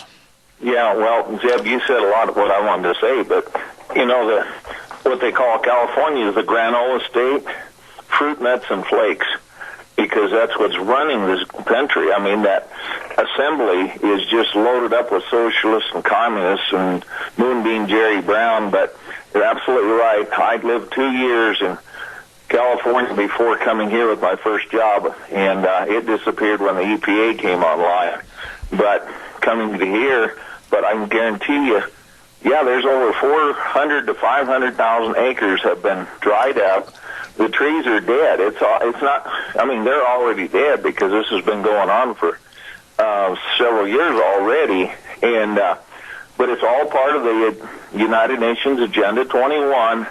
And basically force people off the land and make us dependent on the government or food sources. The one thing that I realized after leaving or living in California, and you go to the grocery store, where's all of that produce coming from? Whether it's strawberries or celery or you name the green stuff, it all comes from California. That's right. And without water, obviously, they don't produce anything. It's amazing what they produce down there on small amount of acreage. Yep. But this is the whole deal. Al Gore says we can import all this food, and of course it makes us more dependent on enemies for our food supply, which is unsafe and not tested like the food is here. Absolutely. It's all part of this Agenda 21, the environmental overkill for the Delta smelt. It's just unbelievable, and it's totally ludicrous, just like lowering the arsenic level here in Filer, Idaho, is going to cost $6.1 million, $6,000 per household to lower the arsenic level 1 part per billion from 11 to 10. Adrian, that's the kind of nonsense that has to stop. I got to get my guest back on, but Adrian, you brought up some excellent points. Thank you so much for your call. I appreciate it. Thank you. Bye now. Adrian, thank you, and I'll have Rita respond quickly, and then I'll do a weather forecast. Well, the thing that's interesting about that, and he's absolutely right, if you start checking into the UN and what their mission is and what, how it has progressed over the last 30 years, and it's ongoing and it's not going to stop unless somebody really gets serious about it, is that they want to be in charge of everything. And my big question is, if they want to be in charge of everything, do we really think that the federal government can feed everybody? Absolutely. They can't. And that's what happens is they start a process of elimination. They cannot feed everybody. They can't take care of everybody. And they start eliminating the frail and the infirm and those who are unproductive and everything else. And it starts getting pretty ugly. And it's not a good thing. And a lot of people think this is, just a conspiracy. But let me tell you, it's not. Absolutely. I have to get a weather forecast on here real quick, and then we'll come back with more with Rita before we end this half hour. Don't forget the weather brought to you by Pope Phillips, Oaks, Goodwin, and Company, CPAs. The very best, Curtis Pope, Todd Phillips, Rob Oaks, Mitch Goodwin, and Lyden Crane. They've been providing accounting services to the Mini-Cash area for well over 50 years. The very best of tax return preparation, tax planning, financial statement preparation, and, of course, bookkeeping services, retirement planning, all of this and so much more. And don't forget year-end tax planning, especially the 1099s that need to be sent out in January. They can help you with everything. Stop in or give them a call today. Pope Phillips, Oaks, Goodwin, and Company, CPAs. Right now, here's the weather. It's going to be nice as we move closer to the weekend, and pretty much right on average as far as temperatures are concerned. Partly cloudy skies for today, a little bit on the breezy side, winds out of the west, right around 14 miles an hour. We are expecting a high of 34, tonight low of 19. Tomorrow, partly cloudy and 33, winds are going to be dying down, overnight low of 19. For Saturday, partly cloudy skies, high of 40 with an overnight low of 31, then possibly a slight chance of rain showers or snow showers up in the higher elevations for Sunday. High of 43, overnight low of 21, and as we go back to work on Monday, mostly sunny and 30. Yesterday's high was 40, the overnight low was 25. That's your weather for Zeb at the Ranch. I appreciate it, Gina. Thank you. Brought to you this hour by Pope Phillips, Oaks, Goodwin, and Company, CPAs. The very best serving you with two locations, 1710 Overland in Burley and 625th Street in Rupert. You need the best working for you with your tax return preparation and payroll services, retirement planning, and they are the best. Pope Phillips, Oaks, Goodwin, and Company, CPAs. Rita, in the time that I have left this morning, and I kind of saved this subject for last because I know your feelings, I know my feelings on this. I'm red hot mad over what Hampshire College is doing, a very expensive liberal college. It costs $62,000 a year to attend this school. They've taken down and burned the United States flag, have put up the United Nations flag. I think that President Lash of Hampshire College should be led through the streets tarred and feathered and find a job at Kmart. What are your thoughts?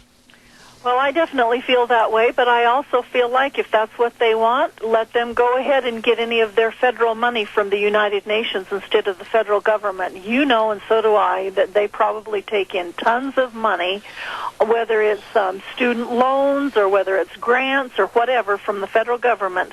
Let them just start getting that from the UN. These people need to figure out where their bread and butter comes from, and they need to have a little bit of allegiance to it. If they're going to distance themselves, they need to distance themselves 100% on it. You know, Rita, the First Amendment guarantees the right, if you will, to act stupid and be stupid with the burning of our flag.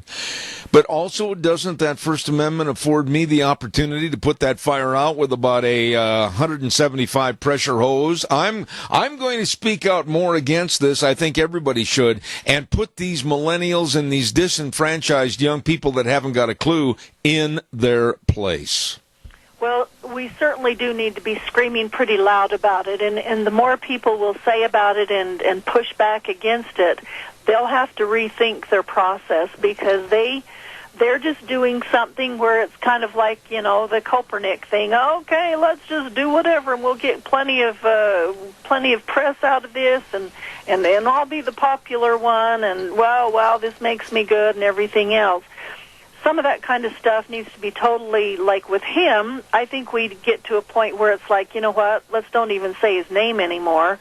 But with them, if that's the way that they want to be, take away any of their federal money and any of the support that they get through federal funding, and let them see if they can make it on their own. They'll be closing their doors pretty darn quick, and there'll be a lot of people, and most of them are parents who are funding those kids to go to school with that type of cost.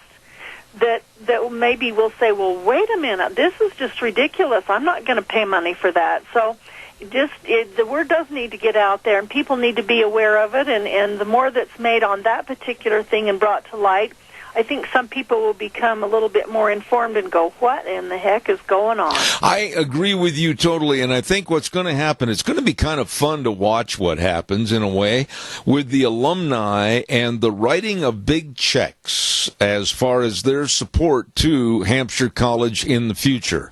I have already heard from some of the people I've talked to back in that area that are in the news media that many of the alumni are absolutely disgusted. One in particular that really hands a big check every year to that college said the check is not going to be in the mail this year. I think they've literally taken both guns out of the holster and shot themselves in the foot. Well, they have, and they forget that money speaks, and they forget who has the money, and usually the people who have a lot of money are people who have worked hard for it, and they don't want to give it over to places like that will just, you know, spit at American values and that, because there's no other country in the world that those people who are rich could become as rich as they are without the influence of the United States of America and the freedoms. You know, one quick thing, and I've only got a minute and a half left, and I wanted you to respond to this. Did you hear on the news that in Portland, Maine, a lady has developed a adulting school? It teaches millennials up to 30 years of age how to become grown-ups. Well, if she can capitalize on it, you know, that's what America's all about. That's really good. Hopefully they'll get a good education from it.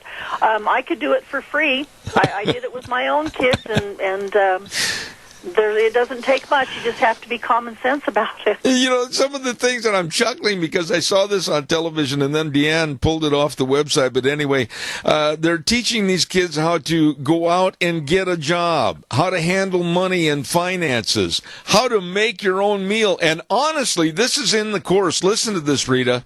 How to open up your refrigerator and make your own dinner. It's pathetic to think that there are people out there that don't know common sense skills. Oh, bad. God bless you, Rita. Thank you so much for being on the program. We'll talk more. Maybe you and I should open up a school right here in southern Idaho and help. We could charge maybe $500-600 a student. I wonder how it'd be. I think that there are probably more common sense people in this area than way back there where they're having to pay for it. God bless you. Have a good week. Merry Christmas. Okay, thank you. Thank you. All righty. Rita Ramsey. Oh, my goodness. When I saw that about teaching millennials how to be functional grown-ups, Ay, ay, ay, ay, ay. Hey, I'm hungry and starving to death, and I know some great places to go, like the AC Drive-In at 601 East Main in Burley. Pumpkin shakes, marshmallow shakes, black raspberry shakes, oh, chicken fried steak sandwiches, oh, the famous Farmer Brown burger. What are you waiting for? I'm drooling. It sounds delicious. It always is. At the AC Drive-In, 601 East Main in Burley. Well, how about Taco Bandito, 2301 Overland in Burley? The new pork burrito with beans, pork, rice, sour cream, and cheese. It's great. And top that off with the pumpkin empanada. Absolutely fantabulous. All the food is. Great people at Taco Bandito, 2301 Overland in Burley. Burgers, etc. Let's not forget them. 2 locations, 124 South Oneida in Rupert and 700 Overland in Burley. Hamburgers only 99 cents after 3 p.m. Can't beat that with a stick. You better get in there and enjoy. And soup, they've got a different flavor Monday through Friday. Bread bowl or cup. You're going to love all the food at Burgers, etc. in Rupert and Burley. And last but not least, Steve-O's, 290 South, 600 west of Hayburn. Food made the way you love it. Oh my goodness, get a Steve-O's gift certificate and give it to your great friends, neighbors, and relatives. They're going to love going to Steve-O's. And they got a new salad too, chicken breast salad with bacon and all the goodies. It is phenomenal. Steve-O's in Hayburn, along with all these other great folks, and they say, come on in if you're hungry and starving to death. They can take care of it. Absolutely. What's coming up next hour? We've got Cassia County School Days along with our business salute, and then at 10:30 we're going to be talking to Paul Dreesen with the Commission for a Constitutional Tomorrow. We're going to have a lot of great things coming up next hour. Right now we're going to send it back over to our main studios. Wheels is going to take us up to CBS News. You stay tuned. I'll be back in about 7 minutes.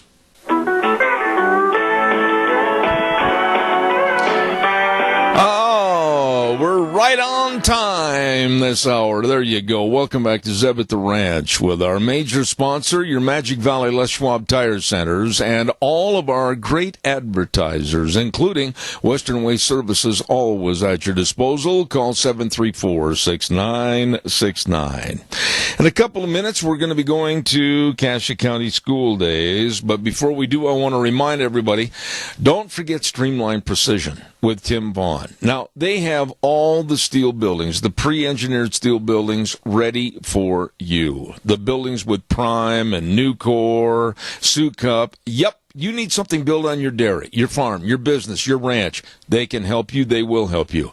And don't forget Dairyman, if you're thinking of remodeling or taking care of maybe new free stalls, commodity storage facilities, maternity barns, feed lanes, whatever, they can help. Tim Vaughn. 431-7314. The very best working for you right now. Get it done before the spring. Streamline Precision. You call him today. Really good people. I want to remind you, too, about Santa Claus wishes for a very Merry Christmas from Joe Taylor at 425 Overland in Burley. Joe is one of the absolute best real estate agents in the business. He's with Riverbridge Realty, and he says buying or selling real estate, he can do all the work for you. One call does it all. Joe Taylor, one of the best at 425 Overland in Burley. Wishing you a Merry Christmas and some really good folks up in Oakley on 100 East Main Street in Oakley, Clark's for Shopping. Have you tried their sausage? Oh my, it is fantabulous. It's either bulk or patties or links, and it is great. The best sausage anywhere at Clark's for Shopping in Oakley. Wishing you and yours a very Merry Christmas. That's good stuff, I'll tell you.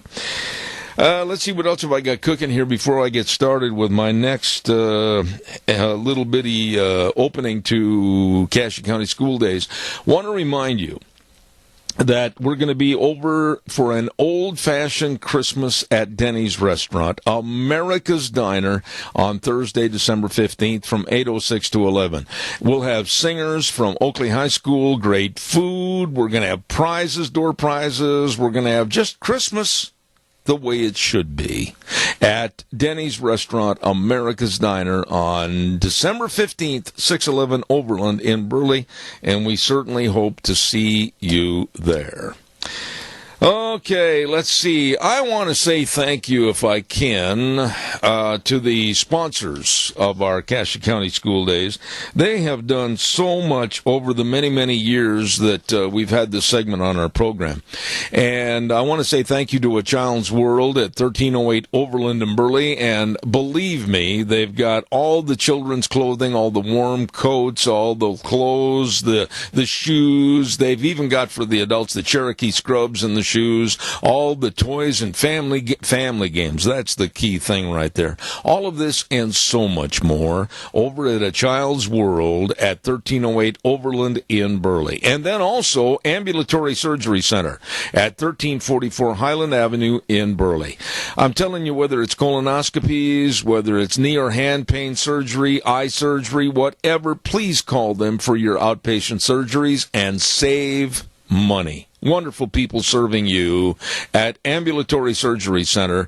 The number to call, 677-8888. 677-8888. Ambulatory Surgery Center, along with A Child's World, bringing you school days in Cassia County. And right now, with school days for Cassia County, I believe we have a very, very nice lady on the phone, and she is the business teacher at Burley High School. Should be an interesting conversation. Good morning, Janet Coles. How are you? Well, Zeb, thank you. What's going on in the business department? Are you teaching everybody how to be successful businessmen and women? We are certainly trying, Zeb. We have lots of new opportunities here at Burley. We have spent the last 4 months that we've been in school meeting with industry leaders from the community, talking to them about the needs that they have in their workforce, and then bringing those things back to our students. We have some new opportunities with certifications this year. Last year, the state of Idaho had started a program where we were helping our students to gain certifications in Microsoft Office products, and I think I spoke with you about that. Right. This year, Burley High School and Cassia High School have been given the opportunity to be among 2 of only 25 schools in the world to offer the Adobe software that is completely free to our students. They're able to use it here at the school, as well as go home and use their devices to complete projects that they're working on at home, and then go farther at home. So we're excited about that. You know, what is the climate? When I say climate, I mean, what is the mood? What is the persona of the students as far as we hear so much negativity, Janet, about the kids, the millennial generation, etc. Give us some positive things about the young people. Have they got goals and aspirations to get involved in business in the future? What's going on here? You know, thanks for asking me that, because that's one of the things that I wish more people were able to see. And I participate as an advisor in the Business Professionals of America. And one of the great things about that is business leaders come and they work as mentors with our students, as well as serving as judges for our regional competitions. And they get the opportunity to see our students in action and see that we honestly have some great and exciting things going on with students. We have many intelligent, motivated students who are creative and bright, intelligent, and they get the opportunity to see that. As teachers, we see that in our school systems, but then quite often what happens is those students who we've prepared go away to college, and when they go away to college and gain more skills, many of them don't end up coming back to this area. And so the perception sometimes is that we aren't preparing these students because what's left sometimes aren't students who were the most effective in school. Now, when you say preparing these students, I mean, they've got to have the drive and the motivation. But now, do you see a difference in the classroom? Let's say that mom and dad are involved in their own family business. I would imagine that those kids already have the drive, the desire, and the knowledge to basically take on the business when they graduate from college and keep the family business going. But what about somebody else that's not sure what they want to do? They're not sure if they want to stay in agriculture. They're not sure if they want to own a shoe shop. How do you get them inspired to be a part of it?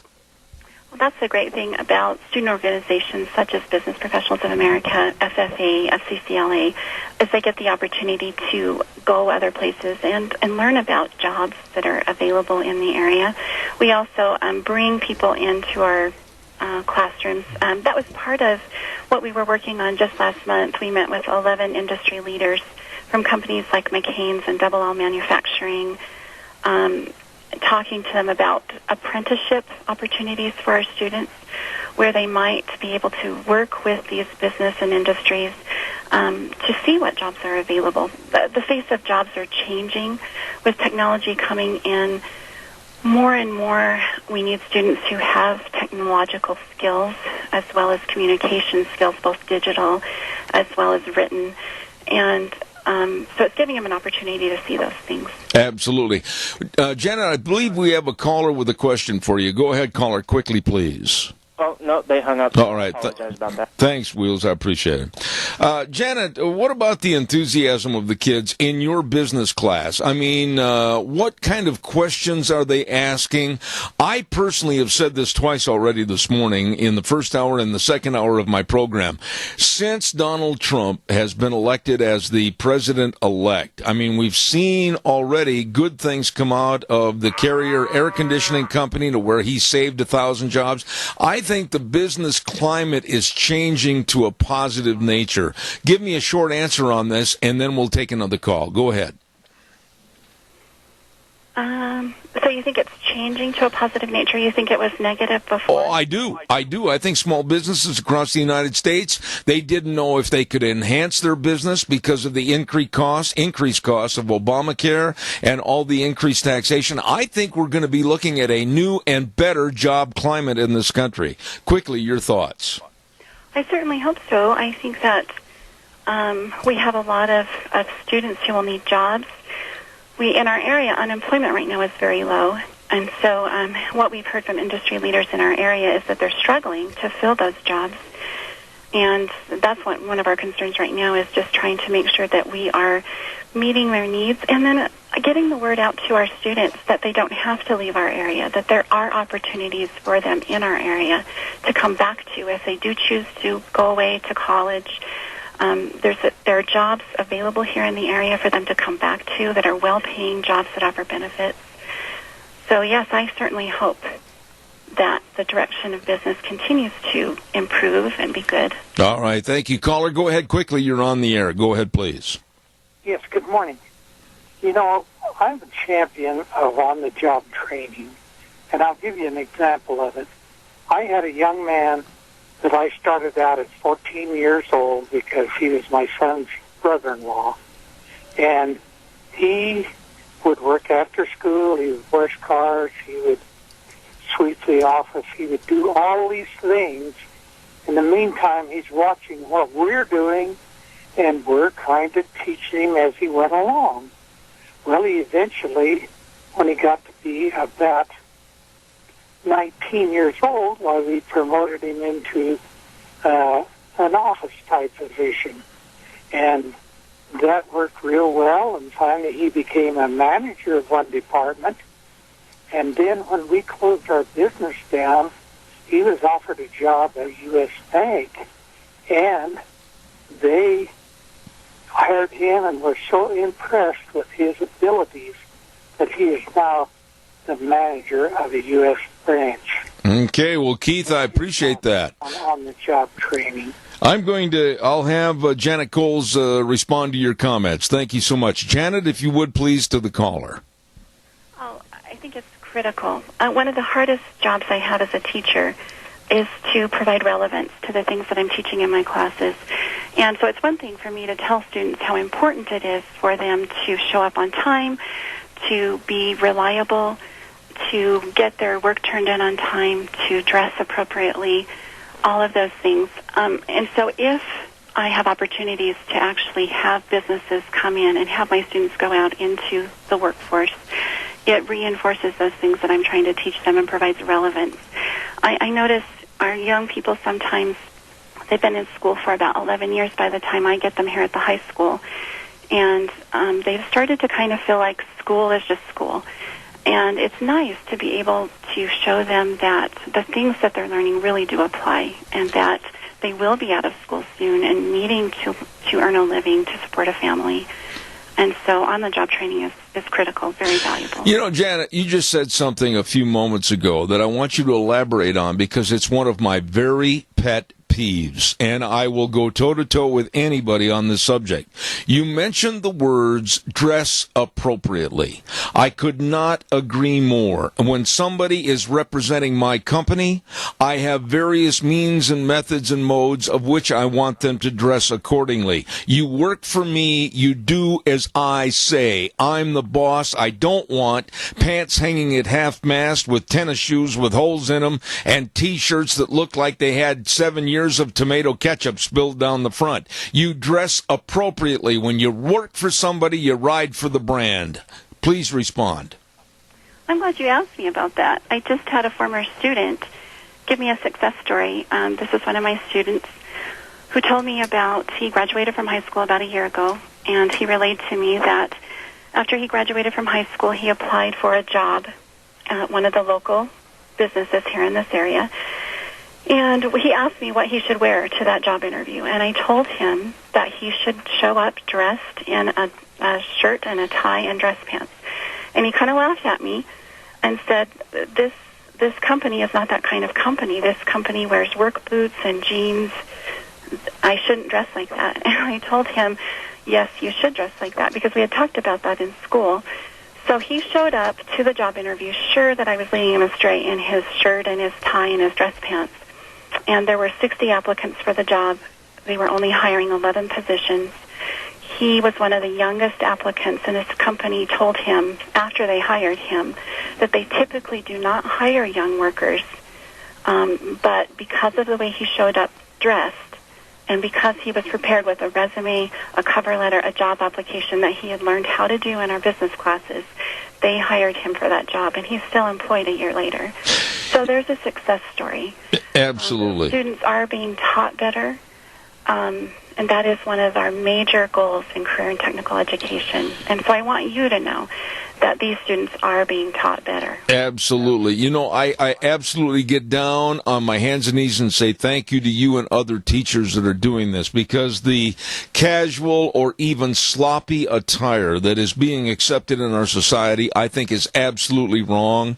I think it has hurt businesses. I think it has cheapened businesses, and I think it's lost business for companies that don't adhere to somewhat of a dress code. Do you think I'm wrong? Well, you know, we've seen a lax.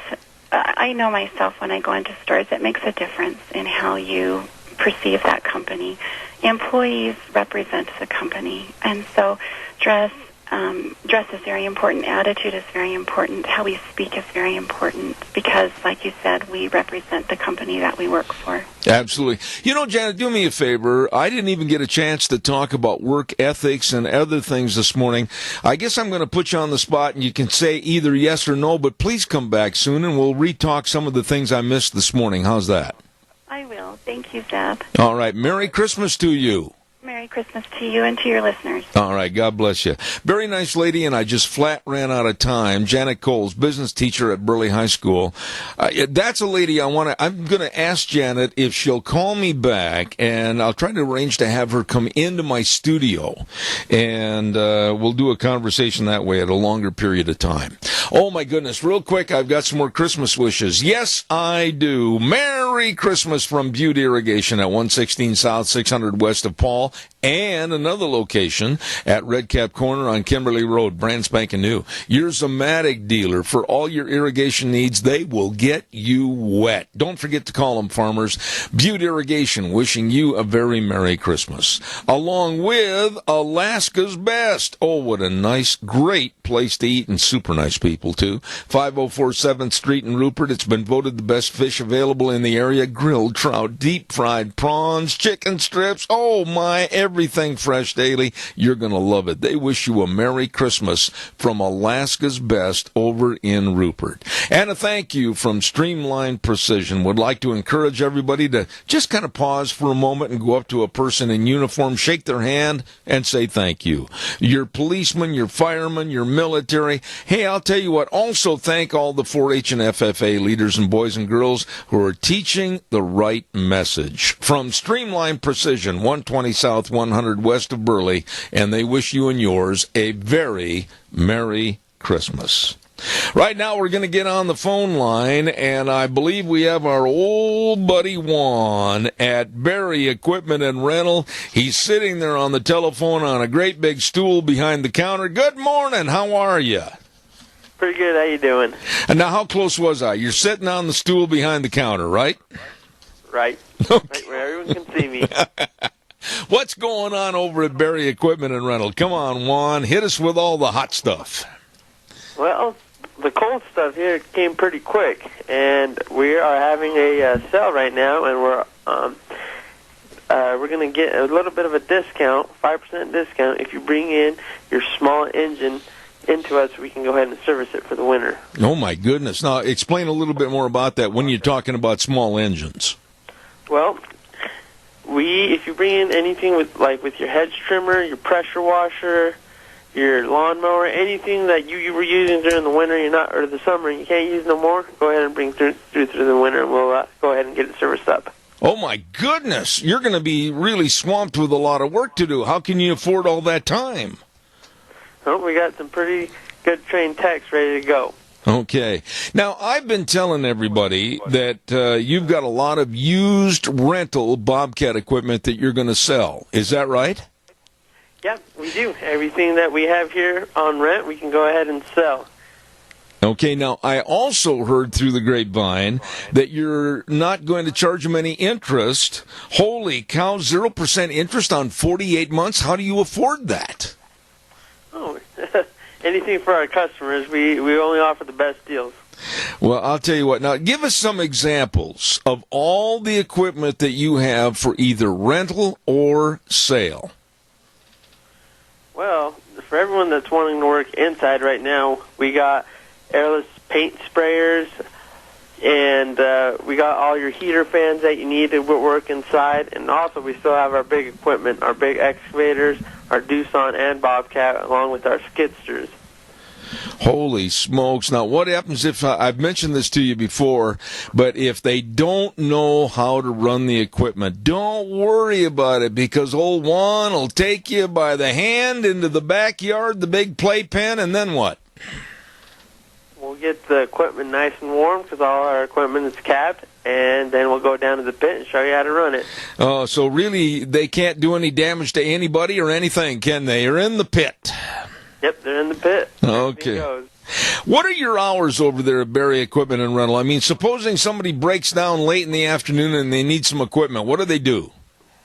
Well, we tightened up our hours a little bit. We are Monday through Friday, 7:30 to 5:30, and on Saturdays, my number's on the front door, and if you ever need anything, just go ahead and give me a call and I'll swing by. You can be fishing, you could be hunting, you could be just laying on the couch, eating Fritos, watching a football game, and you'll be there. As fast as I can. Okay. Now, what are your hours? You mentioned that you've cut the hours back a little bit. Are all those hours the same for both the Jerome and the Twin Falls and Burley locations? Those stores are going to be running the same hours, but this is just for the Burley location. Okay. And believe me, if they need like a Bobcat to clean out those horse corrals or your cattle corrals, I mean, you've got everything over there, don't you? Yep, and every attachment you need. Okay. So you're going to be really heavy on the business in the next couple of days. I can tell a lot of people are going to be coming by. By the way, how many used Bobcat equipment pieces do you have over there at that great low price of 0% interest on 48 months? Oh, we have it all. We have out down to our small E20 excavator all the way up to our Doosan 225. Oh, my goodness. Well, you know, I think you talked to my wife, Deanne, and she was telling you that I'm thinking about coming over and renting a Bobcat from you. And, boy, you better take me out to the pit for a little while so I can learn, okay?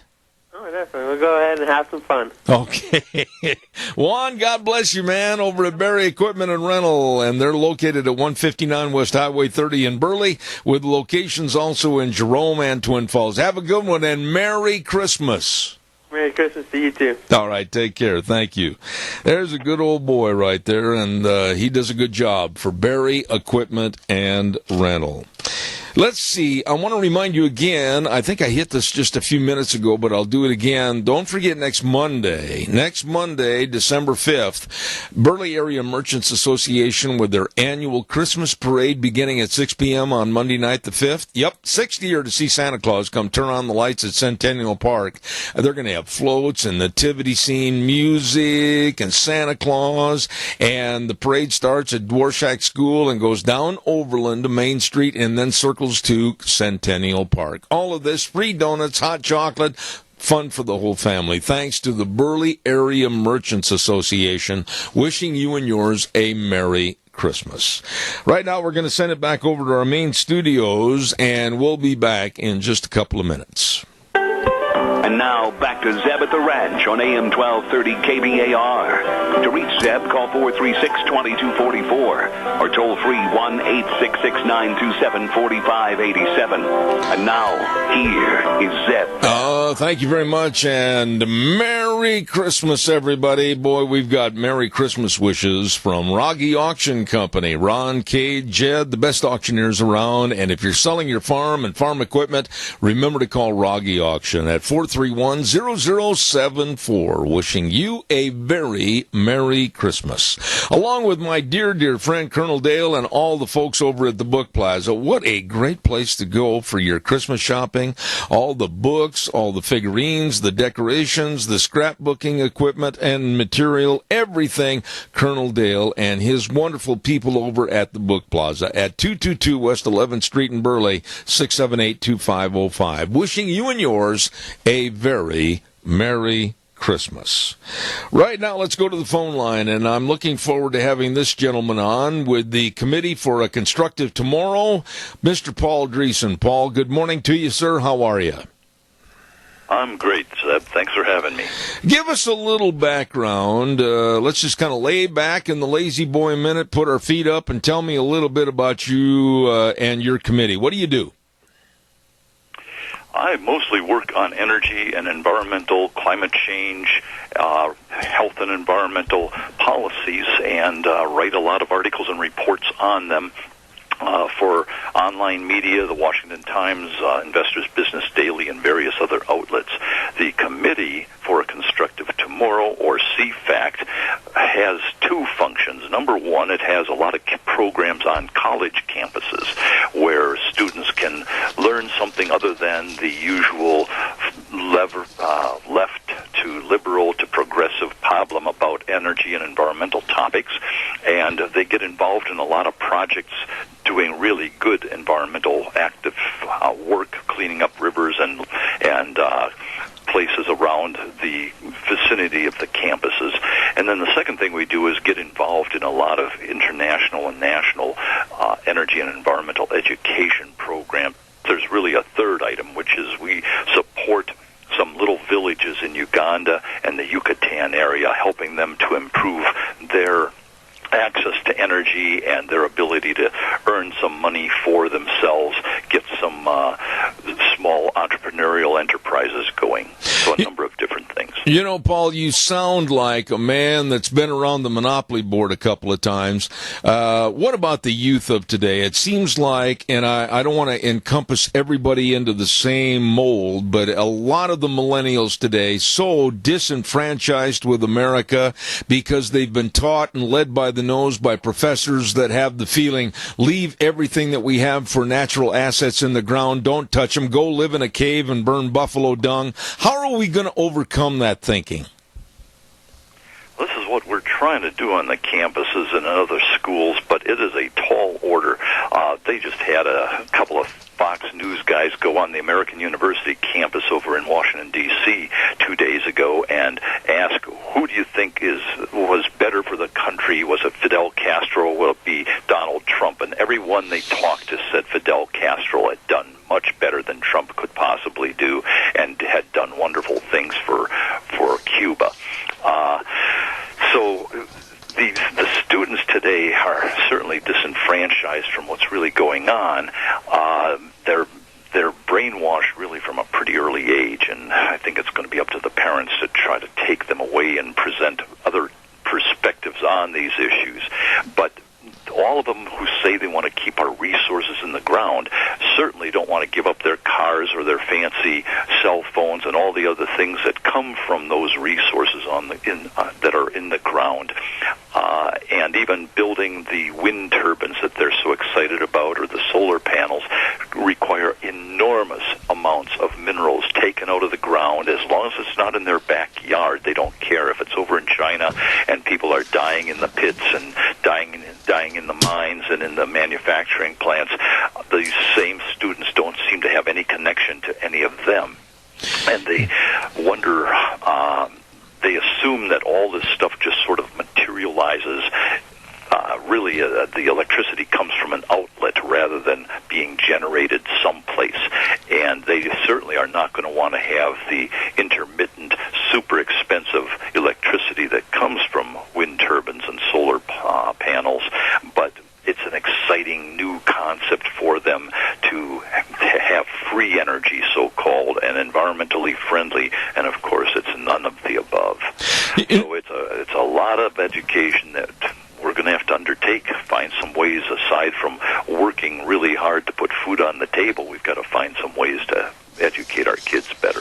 You know, Paul, I don't want to get sidetracked off of our initial subject matter this morning, but you're kind of playing into my hand of asking this question, because I just heard this morning, and at first I thought it was a joke, but for many of the millennials up to 30 years of age that are just absolutely not wanting to grow up and take on responsibility, I noticed that there is a lady in Portland, Maine, that is going to be teaching now a school called an adulting school, trying to teach these millennials literally how to grow up. I mean, that's a poor sign of the times, isn't it, Paul?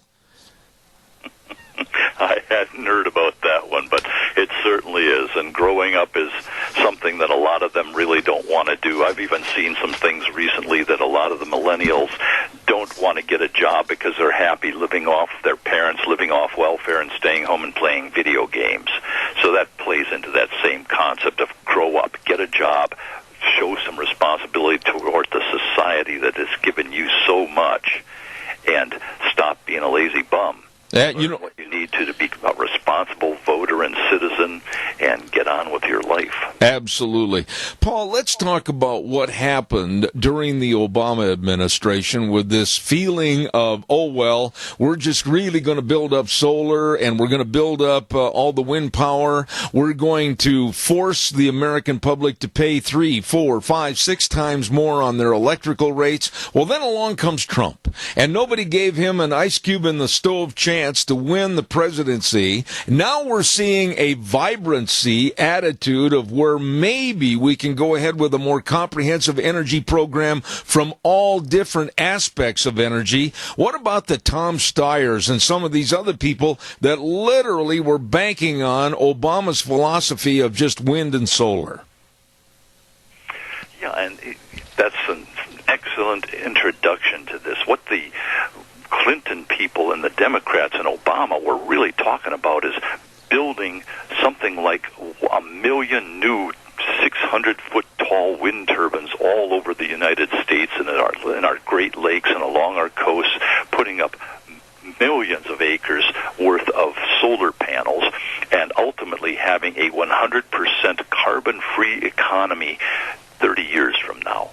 It's just insane. They have just this intense opposition to anything like coal or oil and gas, even though it's still 80%, 82% of all the energy we use here in the United States. They want to get rid of all of that in the next 30 years or so and replace it with green energy, which really is greenback dollars in the pockets of a lot of these environmentalists and their campaign financiers, the Tom Steyers of the world. Steyer, by the way, got his billions of dollars from investing in coal-fired power plants and coal mines in Australia and China and other parts of Asia. And all of a sudden he had this Paul of Tarsus road to Damascus transformation and decided he's going to become the financier to radical environmental groups and their elected champions in state legislatures and the Congress and in the White House. He invested something like $175 million in the last two presidential elections. Wow. And actually, that was a 2014 and 2016 elections, so congressional 2 years ago and presidential and congressional this year. So he's trying to push his vision, and he's getting rich off that because he wants to elect legislators and put regulators in positions where they will keep creating massive subsidy programs that will support the companies that he wants to invest in and make him a multi-million billionaire.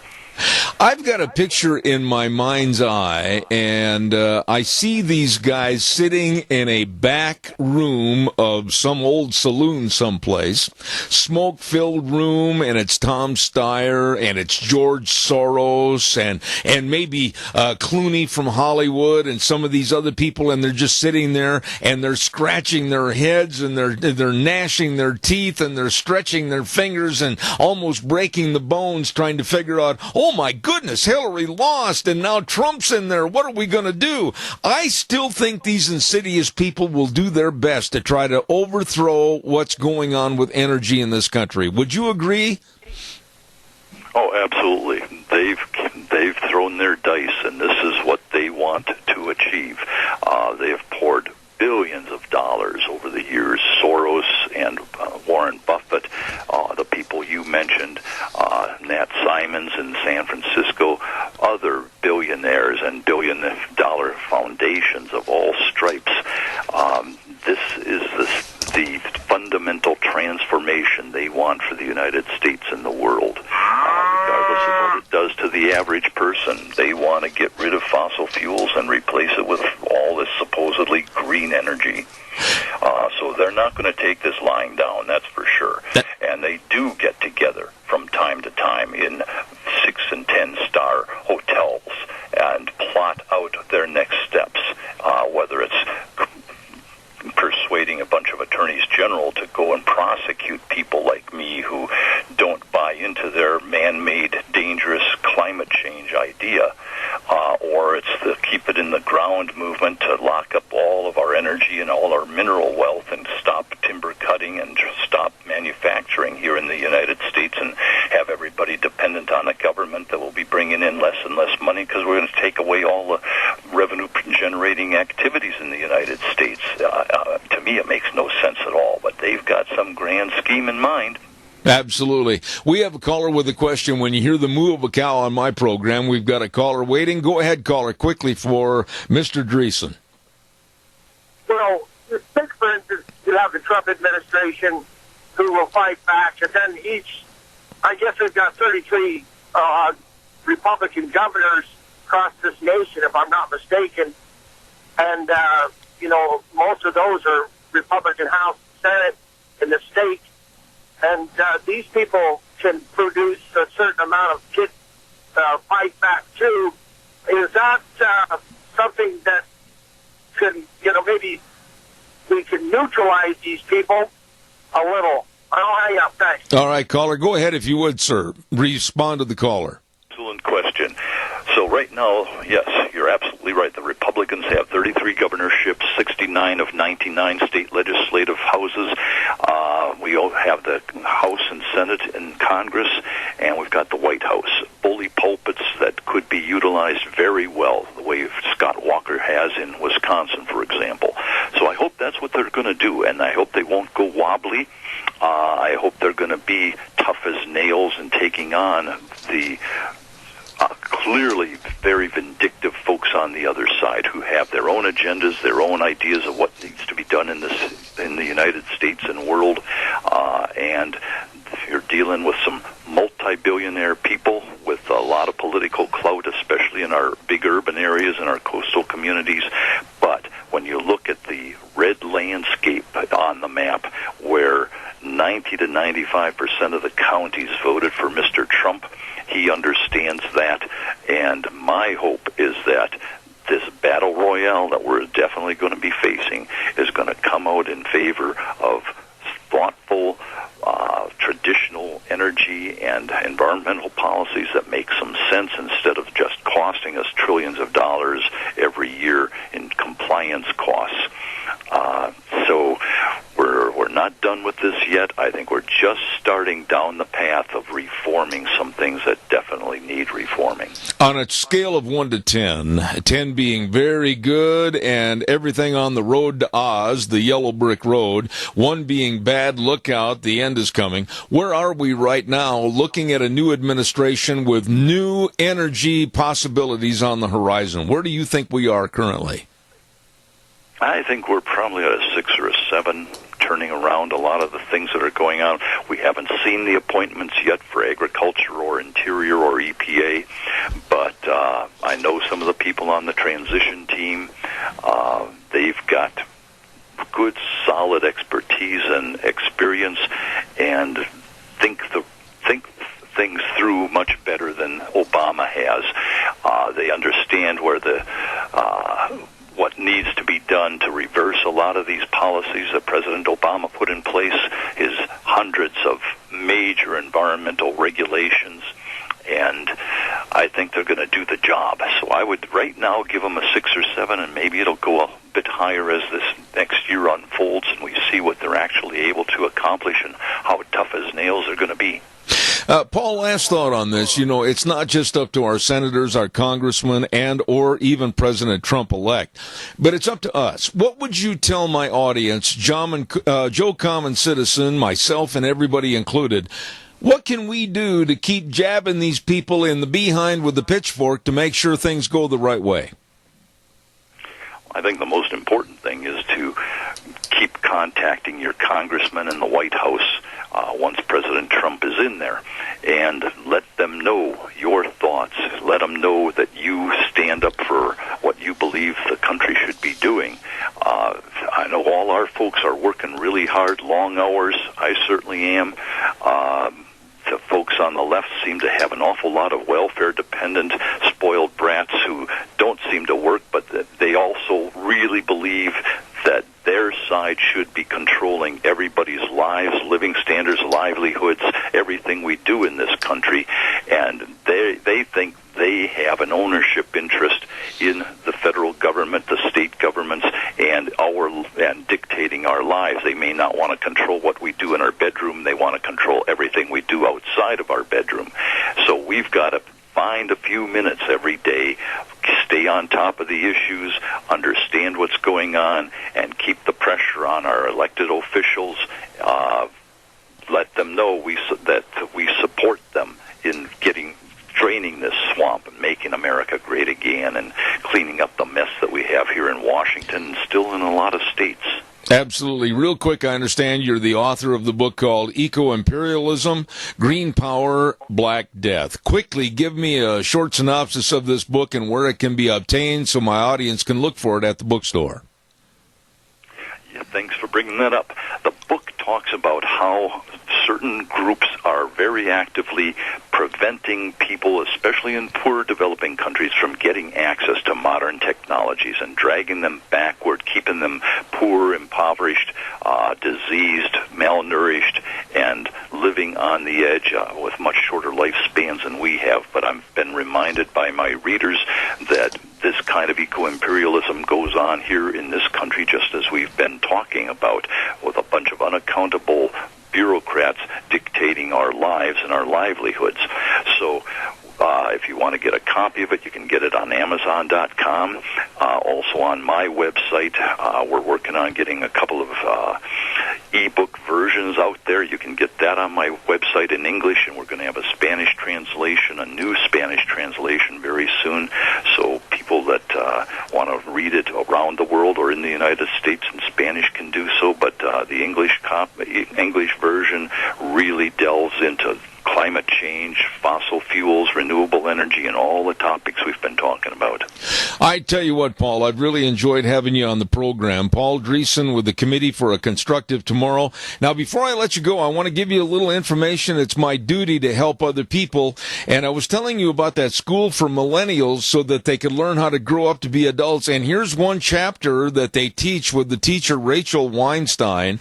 Honestly, I'm not making this up, Paul. How do you open up up your refrigerator and make a meal. That is literally one part of the course. So now you're informed, Paul. Go out and have a great day. Thanks for being on the program. Thanks for having me, Zeb. It's been my pleasure. God bless. Merry Christmas. Thank you very much. A very nice man right there, Paul Dreesen. Paul Dreesen with the Committee for a Constructive Tomorrow. And boy, I got to have him back. He's really up to speed as to what's going on with energy, what's going on with the likes of Tom Steyer. Can you imagine these guys getting together in a back room? I mean, like Soros and Steyer and the rest of them. Well, we thought Hillary was going to win. Now we wasted all that money. Steyer, as a matter of fact, I think he spent over, $128 million supporting green energy through Hillary? And he lost it all, I hope. Anyway, we got to get a weather forecast on here. My. The weather's brought to you by Scarro's Meats. Caller, I'll be with you in a minute. I got to get this weather on. Stay tuned. Don't go away. Scarro's Meats, 331 North Road, Jerome. The number to call, 324-7657. They are changing the way we eat, one delicious bite at a time. They're your locally owned custom meat processor and have been for over 20 years. Scarro's Meats. Here's Gina with the weather. It's going to be nice as we move closer to the weekend, and pretty much right on average as far as temperatures are concerned. Partly cloudy skies for today, a little bit on the breezy side, winds out of the west, right around 14 miles an hour. We are expecting a high of 34, tonight low of 19. Tomorrow, partly cloudy and 33, winds are going to be dying down, overnight low of 19. For Saturday, partly cloudy skies, high of 40 with an overnight low of 31, then possibly a slight chance of rain showers or snow showers up in the higher elevations for Sunday. High of 43, overnight low of 21, and as we go back to work on Monday, mostly sunny and 30. Yesterday's high was 40, the overnight low was 25. That's your weather for Zeb at the Ranch. Scarro's Meats has put together a lot of great meat gift boxes for Christmas, and they are absolutely delicious. You call them, talk to them, and they'll put in exactly what you're looking for. Scarro's Meats, 331 North Road, Jerome, changing the way we eat, one delicious bite at a time. Caller, good morning. You're on the air. Yeah, Zeb, I just kind of wanted to follow up on the thing that I knew I didn't have time to say just a little bit ago. In Europe, since we've had the Brexit in England, and then, of course, Trump being elected here in America, and then the coming election of Angela Merkel in Germany, and all the things that go along with this. And one of those is the fact that Germany and Western Europe has tried to do, sustainable energy, and that is nothing more than windmills and solar panels, and it's not working. And the price of energy over there in Europe, and especially Germany, the people are fed up, but you never hear about it, see? Yep. But see, her head is on the chopping block because of refugees, but power, the cost of energy.